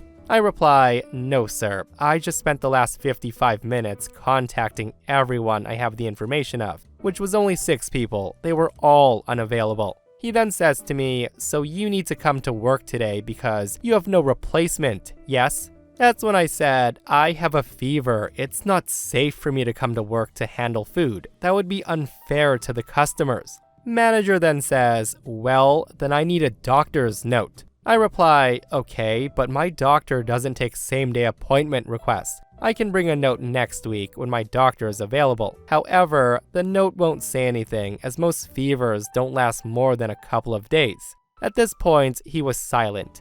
And I respond, "I tried to the best of my ability to find a replacement for my shift due to your policy, but I only have contacts for a few coworkers. I do believe you have a complete list of all the workers here, and you can contact them on my behalf. But the policy says I have to do that, so I did." At this point, he was mad, and he said, "If you call in sick like this again, I will have to write you up." I reply, "Yes, sir, I understand. I apologize for the inconvenience." The next time I showed up to work, my coworker told me that since my shift had basically started by the time he hung up the phone, he didn't have time to go through the list and find me a real replacement. So my manager had to be my replacement and work as a server. The policy still existed after that, but no one followed it, and I quit a few months later. So here's some backstory. I started working in elderly care before I graduated high school at the age of 17 as a temp worker. And after I graduated, I basically worked full-time for several years before I finally got steady employment at 23. I take pride in my job. And even though I didn't study medical stuff, I've always made sure I know everything I need to do a good job. With online classes, certificates, reading up on medications, treatment recommendations, etc. Everything was going well, despite me having 4 different bosses in the first 5 years of work. And why's that, you ask? Well, the pay was lousy and no one wants to be the boss here. And economically speaking, it's a sinking ship, since it's government-run and dependent on tax money. And then one day, the good boss, who I'll call Lena, joins the story. She asked me to move to a new department, as the state was now required by law to provide short-term care. She had previously run the emergency care unit at the local hospital, and she doesn't take crap from anyone. She let us workers build up and run the department as any good boss should. And she realized that we knew better than her because we were doing it day to day. Everything was amazing for almost 2 years. Every month, I did the schedules for all 15 workers. I did the daily planning for all the patients as well. I was in charge of all documentation and all new guidelines and protocols being implemented, since the care provided was brand new in our area. Then the day of great sadness came when Lena declared that she was leaving, since she had been offered a job as the head chief of the local hospital. All of us were devastated to see her go, but I mean, good for her. That's when super bitch Karen enters the story. She was already the boss of the normal elder care units, where I'd worked before, and we had heard exclusively bad things about her. We heard that she would always do what she thought was the right thing to do, which was almost always exclusively wrong, because she was underqualified, had no experience from actual work, and she was just a bitch in general. Our first staff meeting, she told us, either you're with me or against me, and the people who are against me, I will drown in the lake. Which I thought to myself, okay, great start. I then tried to explain to her that with our previous boss, we'd worked with trust, since Lena had an understanding that us workers actually know what works best in our department, and Karen instantly shuts it down. She screams and says, "No, I'm the boss. I set the protocols and I decide how my departments run." I reply, yes, of course, but I'm just saying that we've been working like... She then stops me right there and says, "No, I'm the boss. I'm in charge." And so it began. Karen starts changing the schedules, the protocols, the staff requirements, the daily rehab schedule, and the food schedule. And she lowered the required medical competence to work in our unit. This means there were people working with us who had no prior experience on the job, had no prior experience in the field, barely spoke the language, etc. Keep in mind, we had dementia evaluation, end-of-life care, stroke rehabilitation, and so on. So cue the malicious compliance. She starts trying to micromanage everything we did, like everything. She canceled all the activities we did for the whole business, like pub nights for the elderly, movie nights, summer cafes outdoors, walks, store visits, everything. She stated that we were no longer allowed to finish the schedules on our own, and she gave us 2 weeks less to finish them, which means we now have 1 week to input the schedule, try to settle it between us 15 people, and then hand it to her. She would finish it, and then hand it to us the day before it went into effect. And 8 out of 10 days, the shifts weren't covered, or we were 6 people working the same weekend, when it was supposed to be 3. So that's when I tell Karen that I've been managing the schedule for years, and I was happy to keep doing it, and that she would still have it 2 weeks early. But no. I also told her that our activities were 100% within paid hours and no strain on the day-to-day normal business, and we want to keep doing them. Also, no. I then told her that we'd prefer to keep doing things the way we'd been doing them for years because it works very well. Also, no.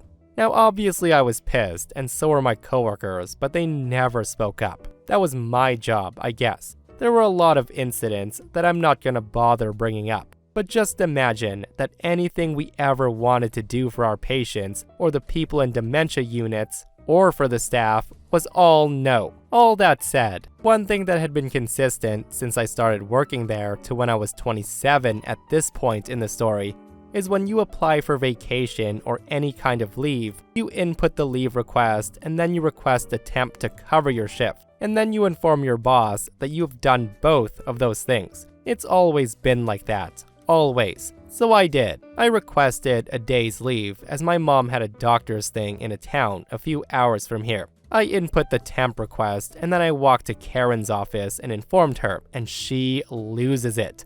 Maybe it's because her boss was there, I don't know, but she starts yelling, telling me that I'm not allowed to request temps, as that's her job. I just stand there and take it like a good employee, and I say, okay, won't happen again. Big surprise for her when the next staff meeting comes around, and there suddenly weren't any staff on the actual ward, and the local politician was sat waiting with her mother, who was being committed to my ward that day for over 2 hours. I wonder who made sure they were arriving at that time on that day. I told Karen's boss exactly why there weren't any temps scheduled for the meeting, and she got fired. It'll make me smile for the rest of my life. So I've been working in my field for a while, and I've always taken pride in doing a thorough, reliable job. I'm a high performer, and I have a solid track record with my previous bosses, who valued quality and consistency. But then Eric became our new boss, and things took a hard turn. Eric was all about efficiency. The guy came from a startup environment where things didn't need to be perfect, just right and fast. He wanted things done fast, even if it meant cutting corners. In meetings, he would throw around phrases like time is money and every second counts. And sure, efficiency is important, but Eric took it to an extreme. He didn't care about the quality of our work, he just wanted it done now. Nuances, quality checks, and double checking went right out the window. Then one day, he decides to implement a time tracking and output policy. This meant logging every task we worked on with specific time limits, and anyone taking longer than his limits were flagged, and we'd have to explain ourselves in weekly efficiency reviews. Essentially, the new rule was, don't need to do it completely right, just do it fast. Of course, I tried explaining to him that rushing through things would lead to mistakes, but he literally says to me, I'm the boss, you need to do what I say. He insisted that this would maximize productivity. Frustrated but willing to play by his rules, I decided to give him exactly what he asked for. If Eric wanted speed, I would deliver speed. Once a meticulous worker, I now stopped double-checking anything.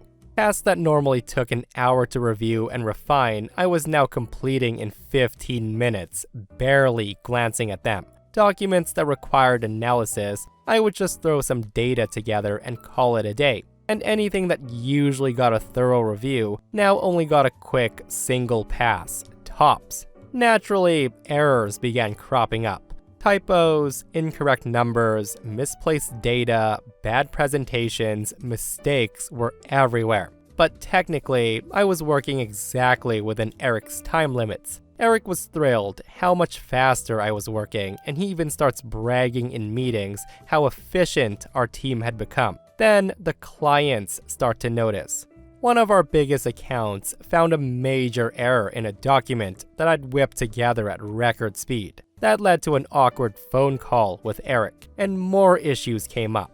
After about 2 weeks of optimized efficiency, I got called into his office with his boss. Eric, visibly irritated, starts screaming at me, asking me why the quality of my work had taken such a nosedive. That's when I calmly explained that I was meeting all of his time limits exactly as instructed. I told him that quality work requires time, which I simply didn't have under his new policy. Eric just sat there in silence, realizing that his policy had backfired. His boss just stared at him, completely stunned and red in the face.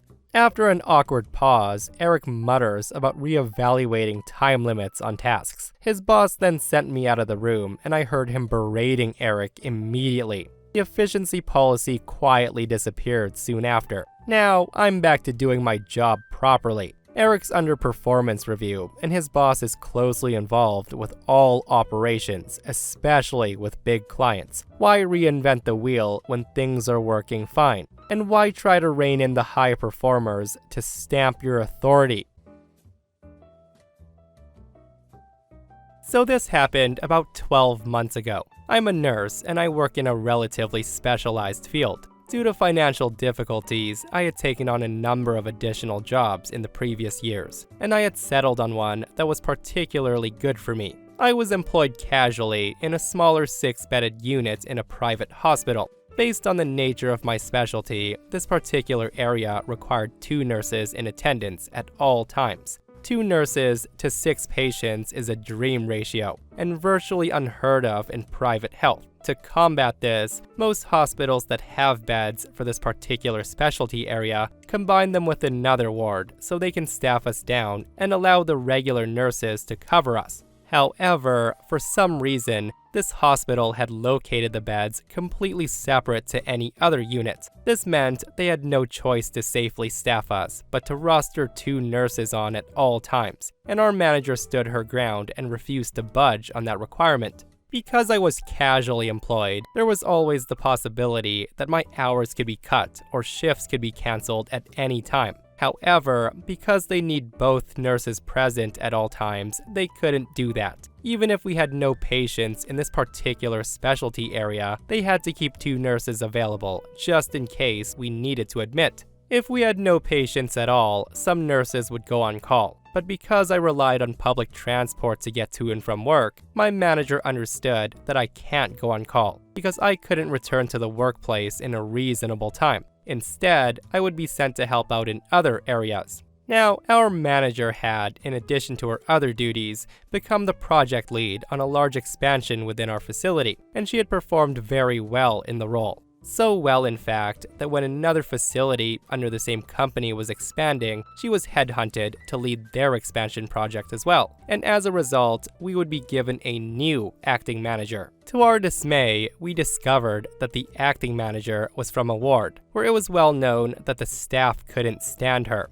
Sure enough, within days, she began doing things like canceling our staff and moving her surplus staff into our area, even though they lacked the appropriate training and experience to work in our area. It all came to a head one morning, when after 2 hours of a 12-hour shift, we discharged our last patient. I was literally on the phone finalizing the patient discharge when our acting manager calls the other nurse on shift and instructed both of us to clock out immediately and go on call. Confused, I ring her back and I say, "Hey, acting manager, it's me. I just got a message saying that you want us to clock out and go home. You may not be aware, although our previous manager was, but I take public transport to and from work. I can't be on call." The acting manager says, "That doesn't matter. You have no patients, and I can't pay for you to both be on the ward doing nothing. And there's no other areas that require help today. I need you to clock off and go home." I ask, "Are you sure?" We're halfway through checking the emergency cart, and there's a massive pile of follow-up calls to make, and we haven't even stripped the patient room yet. She says, "That doesn't matter. Bring me your phone and keys and clock out." That's when I ask, "What are you gonna do if there's an admission? It'll take me over an hour to get back." She says, "Well, I'll just sit here until you get back. Go clock out." At this point, I was fuming. I then marched the phone and keys to our acting manager, and I hand them over. As I did so, she said, "You can't be paid to sit and make phone calls. This has to be done when you have patients." I reply, "We're busy with the patients when we have patients. Besides, it's only past 9 a.m. and most of the follow-up calls are to families with kids who are busy doing school runs. I wouldn't answer a call from an unknown number before 9 a.m. I then handed the keys over and clocked off and began the journey home. I hadn't even reached home before I got a message from my other workplace, asking for a nurse for the night shift and offering overtime payment. Now, I was booked for a day shift at my second job the next day, and I knew we had no theater cases booked, which meant the likelihood of that shift being canceled was also high.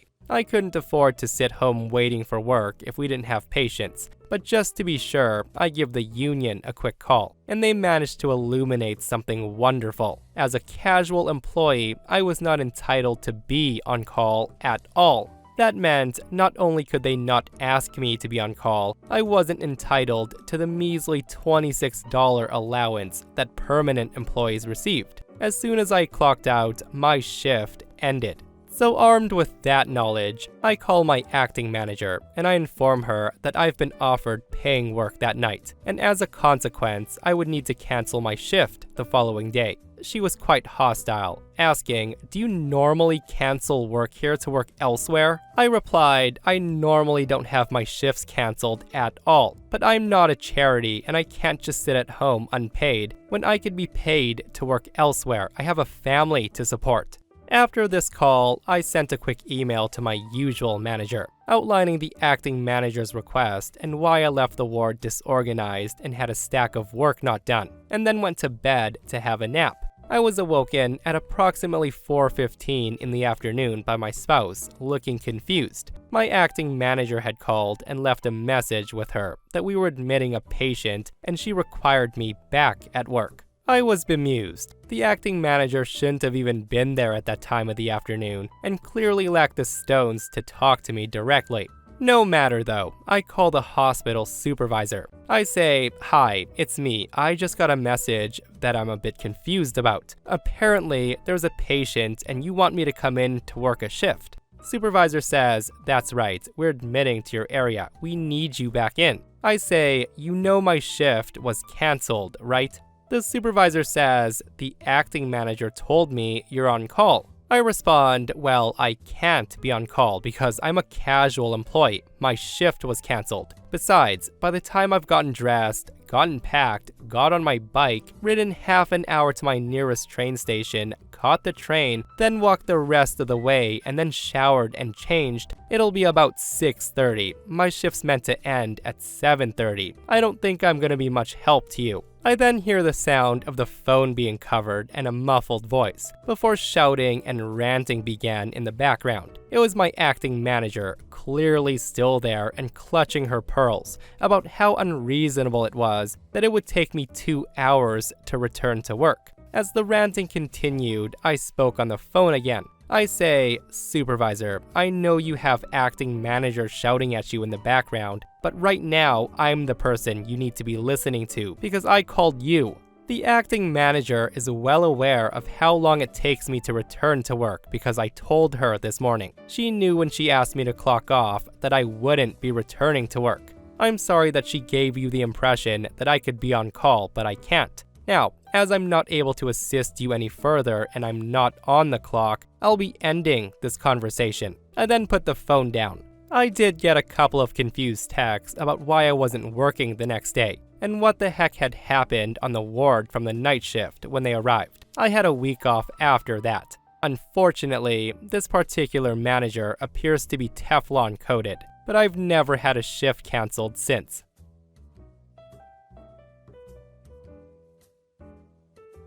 So I work in security and I have been for years. A common practice is to complete a report of what happened during your time. I specifically work patrols. Basically, you go from location to location checking on each site. After each site, you write down what you did at the location. I have 40 sites to watch over every night. For this reason, things tend to get very copy-paste. Most locations require the same thing. Check the exterior, checking stairs, checking damage, you get the point. That said, I got a new manager who's disconnected with how patrols work. The guy wants us to make unique entries into every single log. And when I mean unique, I mean none can be close to similar. So if I state that I patrolled the exterior of a building, I can't use that phrase for any other log. And you can see how that could cause me a lot of problems, and that's a massive time waster. So about a week of being borderline harassed and then threatened to make each log 100% unique or else, I decide to go on malicious compliance mode. We have so much to look after that we have thick binders, giving detailed information for each site, and what's required of you, called site orders. So every time I'd complete a site, I would just copy-paste all the information into the log. Each log has a small window that you could put 50 words into, before it becomes overwhelming to read. Each log I posted had no less than 500 words, directly from the site orders. After my first day of doing this, I expected to walk in and get yelled at. However, nothing happened. I got no emails, no talking to, zero reaction. That note aside, I still hear that the other security officers are still getting chewed out. It's at that point I decided to see how long I can get away with this. 2 months later, and still no one says anything, not a word. We have quarterly meetings to talk about accidents and how the patrol group's doing, what's going wrong and what's good. Cue the manager. The first thing he brings up is the logs and how almost everyone's failing such simple instructions, how we should all know better. The guy says to everyone, "You're not kids. I shouldn't be holding your hands. The only adult in here besides me is OP." That's when I look up at him and his smile was almost disturbing. He then shows a log I wrote up. The guy then begins to talk how everyone should be like me, how no one deserved to work here but me, and the looks I was getting from everyone was brutal. The guy talked about me for 20 minutes, constantly using my name, and he would have kept going, but I interrupted him. I asked why he called me out and how inappropriate it was for him to do so. He then looked at me and said, "Only children interrupt someone when they're talking." That's when I told him that the guy has a strange obsession with kids and he needs to get help. The room was dead silent for a solid 30 seconds as we made direct eye contact. I then turned to the group, telling them that I've been copy-pasting my report the last 2 months. I told them that I just copy-pasted the site orders over and over again. The manager's face starts getting real red. He, after all, wanted us to make unique logs. The guy starts to scramble a bit as he pulled up other logs of mine, only to show that everything I said was true. After that, the whole group jumped on him. Many had been screamed at for the exact same thing I'd been doing. It was brutal. I don't think I've ever seen so many people yell at one person at the same time. The manager just slides into his office chair looking at the computer. It was about 15 minutes of utter verbal shouting from everyone. The guy quit a week later. So this happened a long time ago when I was a dishwasher for a local pizza joint. Not the most respectable of jobs, but hey, money's money. I'm a damn good worker and I show up 10 minutes early every day. I never take off and I get crap done. I can put up with a lot of nonsense, but this place was getting to me. It was one thing after another. Most importantly, the manager was the most snarky, condescending man I've ever met. This is important to the story. A thing about me is I have IBS issues, but it's never a problem because I use the bathroom before work. On this day, I needed to use the restroom during work hours, which I don't usually do. I was in there for about 10 minutes tops. The place was a ghost town. There wasn't even a fork to wash. I would literally stand there waiting for something to be used so I can clean it.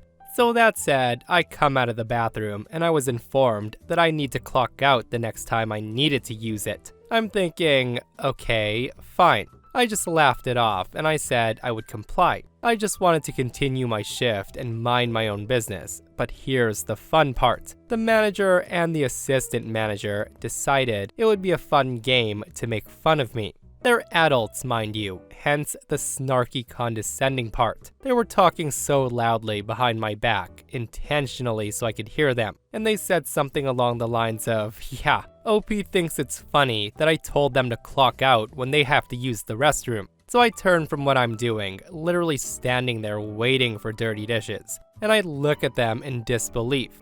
2 grown men thought it would be funny to poke fun at the dishwasher. They then look at me and say, "Isn't it funny, OP?" To which I say, "I don't find this funny at all." I then turn back to my incredibly busy post.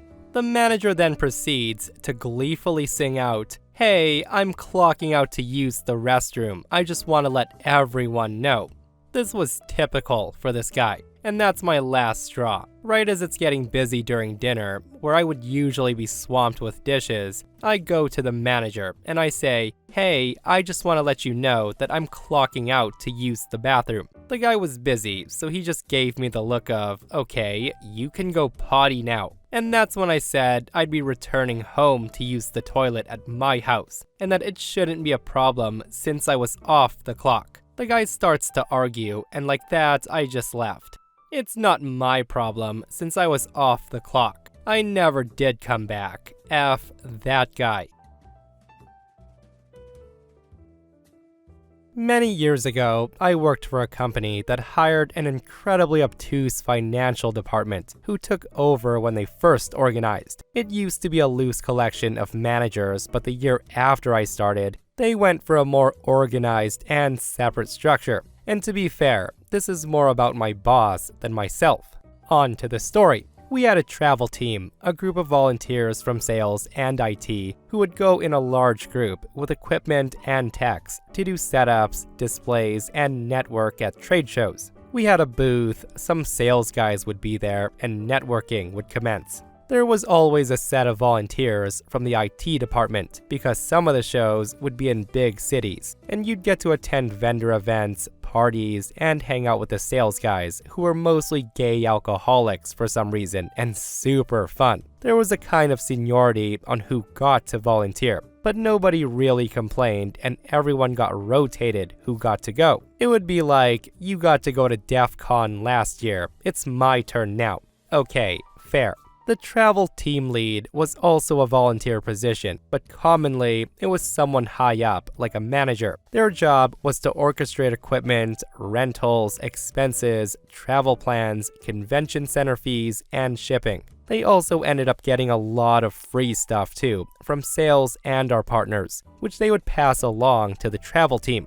It was all kind of a perk, to be fair, for everyone involved. But when the new director of finance started, the Karen, she put in some new and strict policies. Some of their policies started with 1. The travel team is not allowed to get reimbursed without explicit approval, and nobody was approved post-event. Number 2. The travel team does not get a credit card of their own, or even a company card. Number 3, the travel team gets gift cards for a set amount, like $150, which was to be used for all expenses. Sadly, the places we needed it for, like airlines, rental agencies, hotel rooms, gas pumps, and toll booths, do not accept gift cards. And the thing is, finance denied that these were gift cards, and even specifically disallowed people in meetings to refer to them as such. But to the rest of the world, they were 100% exactly the same as gift cards, with gift card restrictions. Number 4. No matter how early you asked for it, often finance waited until the very, very last minute,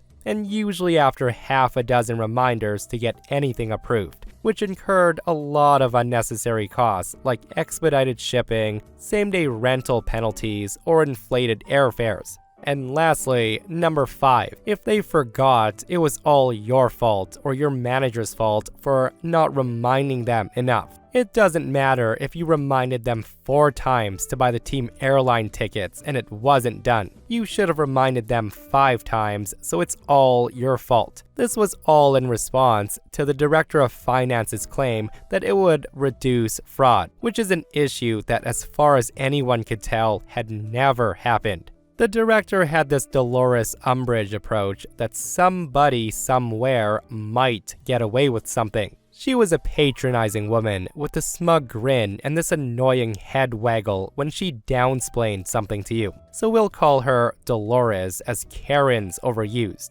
Before her, the travel team would just submit receipts and get reimbursed. Dolores put an end to that, specifically saying that the previous lead of the travel team was, quote, just gonna spend all the money on steaks and wine. He understandably told her to go F herself, and he quit the company when the dust settled. In his wake, Dolores used his free stuff from vendors as a shining example of stolen opulence and swag hoarding that she put an end to. Oh, behold, the mighty on his throne of Airborne Express stress squishies and free Uline catalogs. That left my manager to take over his duties, and he had never done travel team, so he wasn't really sure on how it all worked. And he didn't push back on Dolores at first until he was forced to travel with the team. He was surprised he didn't have an expense account or a corporate card. and when he asked for one, he got the gift card. When he tried to use it, it was rejected pretty much everywhere he needed it, except for various restaurants. He paid for everything else on his personal American Express card, including stuff for the rest of the team, and was rejected for reimbursement because he didn't ask for it beforehand. He was on the hook for $40,000 plus in various things from 2-week-long trips. Of course, he complained to top management. Dolores threatened to quit if she wasn't allowed to do her job, and the managers never had to deal with her before, and they were kind of wishy-washy about being the bad guy here. They said something like, well, she lets you use the gift cards, so... And when my manager said they were rejected, Dolores said, he's not trying hard enough. He's afraid of confrontation. He needs to be a big boy and fight back. But in the end, the top management reimbursed him under pressure from the legal department. After that happened, Dolores settled on having certain things prepaid for, like hotel, travel, truck rentals, and shipping. But here's the thing. They waited so long to do them that often they tried to get hotel rooms or truck rentals the day of a popular event, which was sold out, or they would get the wrong hotel, or they waited so long for shipping that it cost $250 to send something overnight that would have cost $40 to send it a few weeks prior.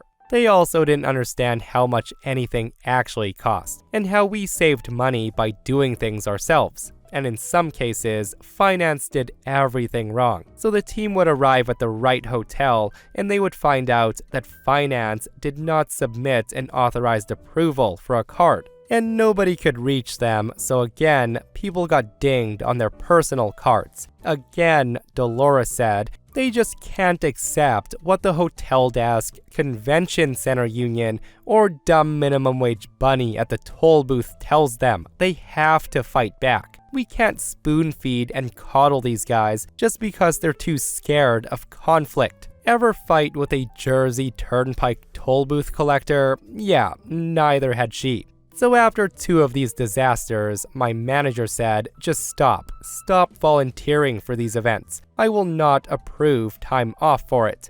He declined being travel lead for future trips because he just couldn't afford it. And this was an unpopular move at best, but he told us, just wait, let her do things her way. He was a master at malicious compliance, and with no real resistance, Dolores went into 5th gear with a smug grin, saying to us, now we're gonna act like a real company. And that leads to the next issue. Some of these travels were in major cities like Chicago, New York City, Washington, D.C., etc. And Dolores again said people were just going to these events to get the company to pay for a drinking vacation.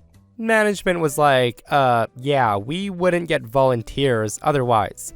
Well, Dolores didn't like that idea. She then decided that she would hold a staff lottery, and you could enter your name and she would have a drawing on who got to go, to be fair to everyone. This fairness seems awfully slanted on her own staff, by the way, which we'll get to shortly. Now, the point of these trade shows was not to take a vacation, something Dolores made absolutely sure to point out. But she didn't grasp the entire reason that we went was to increase our business. It had to be IT folk for setup and sales folk for all the schmoozing, but that concept never got past her ears into her brain.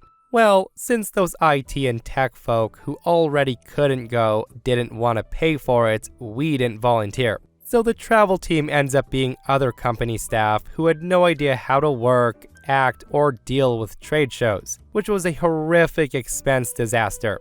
Imagine the administrative assistant for marketing on the 5th floor winning a ticket, only to find out that she had to pay for everything. Plus, Dolores always sent one of her own to keep an eye on everyone, but none of them knew how trade shows worked either.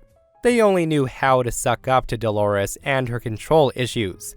What's a union fee? What is corkage? No, we did not approve some union to give us power. You plug your booth stuff into an outlet or something. Oh, they won't let you? Who's they?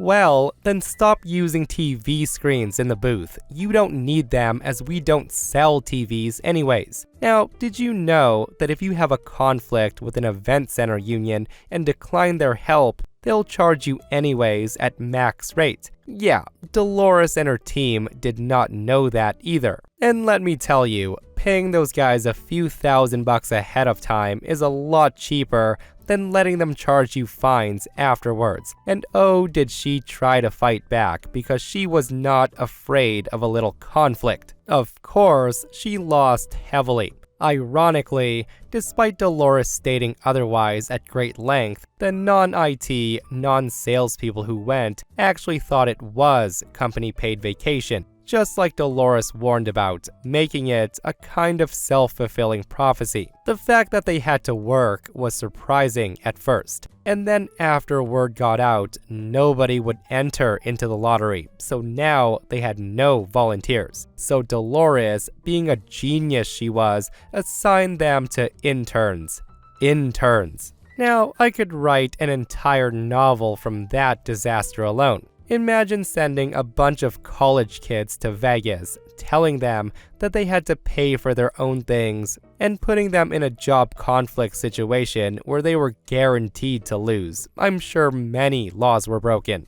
Dolores then had to send along chaperones to manage it, who were more of her finance department flunkies. And our company ends up with massive fines for various issues, including paying bail for the interns. Because the interns got into so much trouble, Dolores started hiring room monitors for the hotels, and fully legal adults had to go to the show, work the entire day at the show on their feet, and then check back into their room. She also put 4 to 6 people to a room too, like they were a high school band or something. She even had breathalyzers bought for it to make sure that nobody was drinking, and these were adults. She treated adults like this. This was brought up by the sales team as a PR nightmare, and my boss just said, just wait, okay, let her hang herself. The first year of this, the travel team's expenses increased by over 4,000%. You heard me,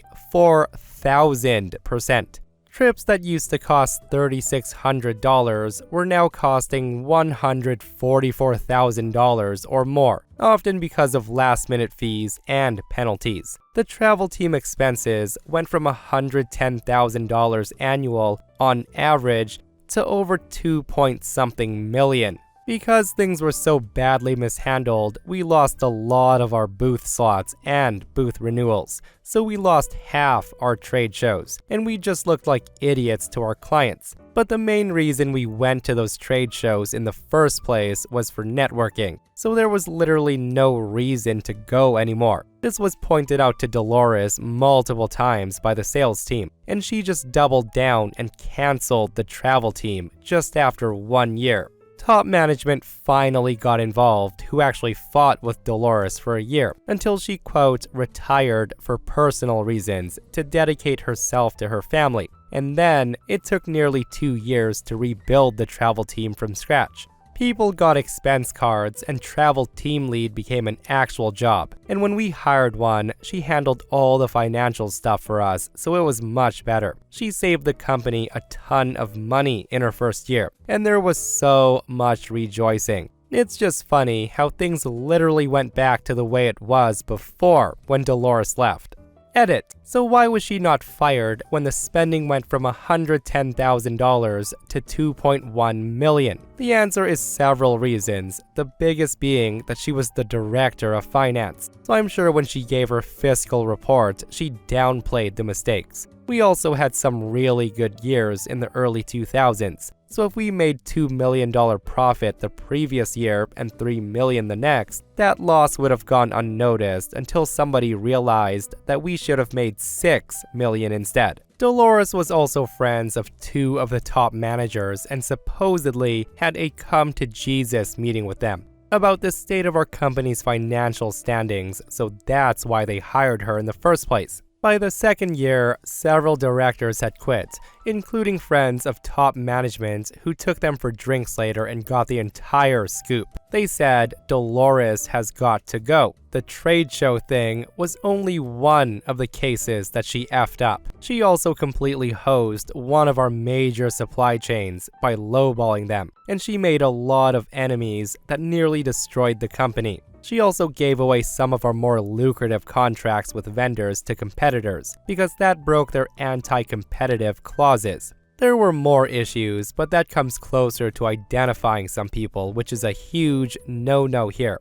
So how was she let go? She just gained too many enemies in the company. It did take a while, but after she had been with us for a year and a half, she accumulated too much negative drag on her inertia to get things done, because there started to be a very strong passive resistance. This caused her to spiral out of control and try to start a coup, which gained no traction and singled her out as being mildly unhinged, to say the least. By the time her second anniversary came and went, she started talking sabbaticals until one of them became permanent. Her assistant took over, but then was let go, and they brought in some consultant group who started a new financial team. They were the ones that suggested that somebody have the table team lead as an actual separate paid job. The woman who got hired and ran that was amazing. During my time of working at the grocery store, I went through multiple managers. Some were good and I got along with them, and others not so much. The manager of this story wasn't the worst I've had, but I can definitely say she was the most annoying to deal with. She was one of those types that went, I don't know your duties all that well, but I will micromanage you and have you do things my way. She would get angry if we didn't do things her way, even if her way wasn't the most efficient. That said, around the time she started as manager, there was a new store policy being implemented about cleaning the small public bathroom in the back of the store every 2 hours. And honestly, I was not against that, as the public bathroom was only a single toilet and a sink. A quick mop and a spray wouldn't take too long anyway. Unfortunately, that's when my manager's micromanaging came into play, even here. Basically, if the place wasn't clean enough to eat off of, it wasn't clean, according to her.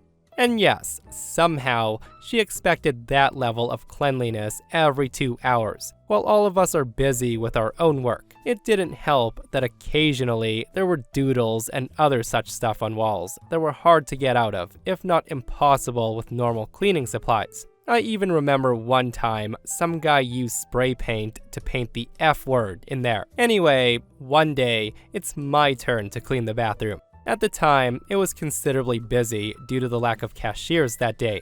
As I was often used as a backup cashier at that point, I didn't have the time to do such a deep clean like my manager wanted. A bit later, my manager apparently must have saw the bathroom herself, and she decides to pull me away to berate me. The following's an abridged version of what she said. The manager says to me, "Why didn't you clean the bathroom? You were supposed to earlier." I tell her I did clean the bathroom. I didn't have time to deep clean everything as I had to help some customers at the cash, and there's some things I can't clean in there anyway. The manager says, "No excuses. You're not a full-on cashier anyway. Now go back and clean it again. And do it right this time. I want the bathroom to be spotless, and don't you leave until you're done." And now it's finally time for the malicious compliance.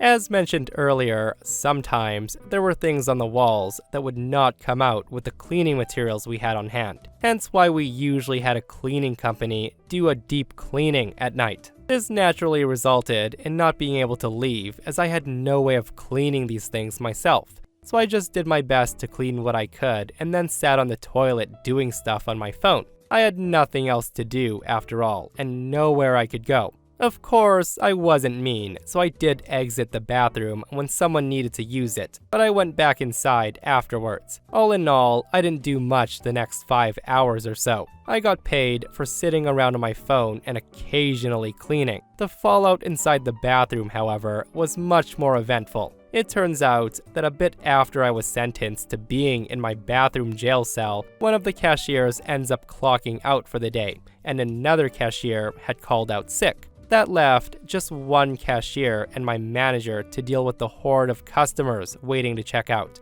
As expected, I was called over the loudspeaker multiple times to come help from that manager of all people. But I'm like, you ordered me to stay in here, so I'm staying in here. I didn't respond to those calls. I end up leaving my prison a bit after 8 p.m., which was after she left for the night.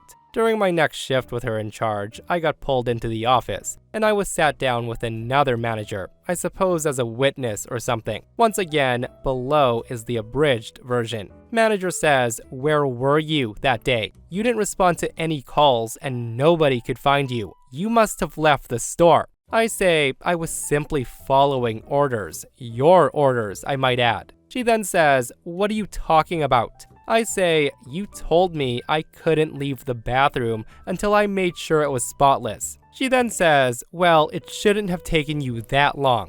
To which I respond, "I did tell you that there was stuff I couldn't clean with the supplies on hand, but you insisted. You even said you'd fire me if I didn't do it."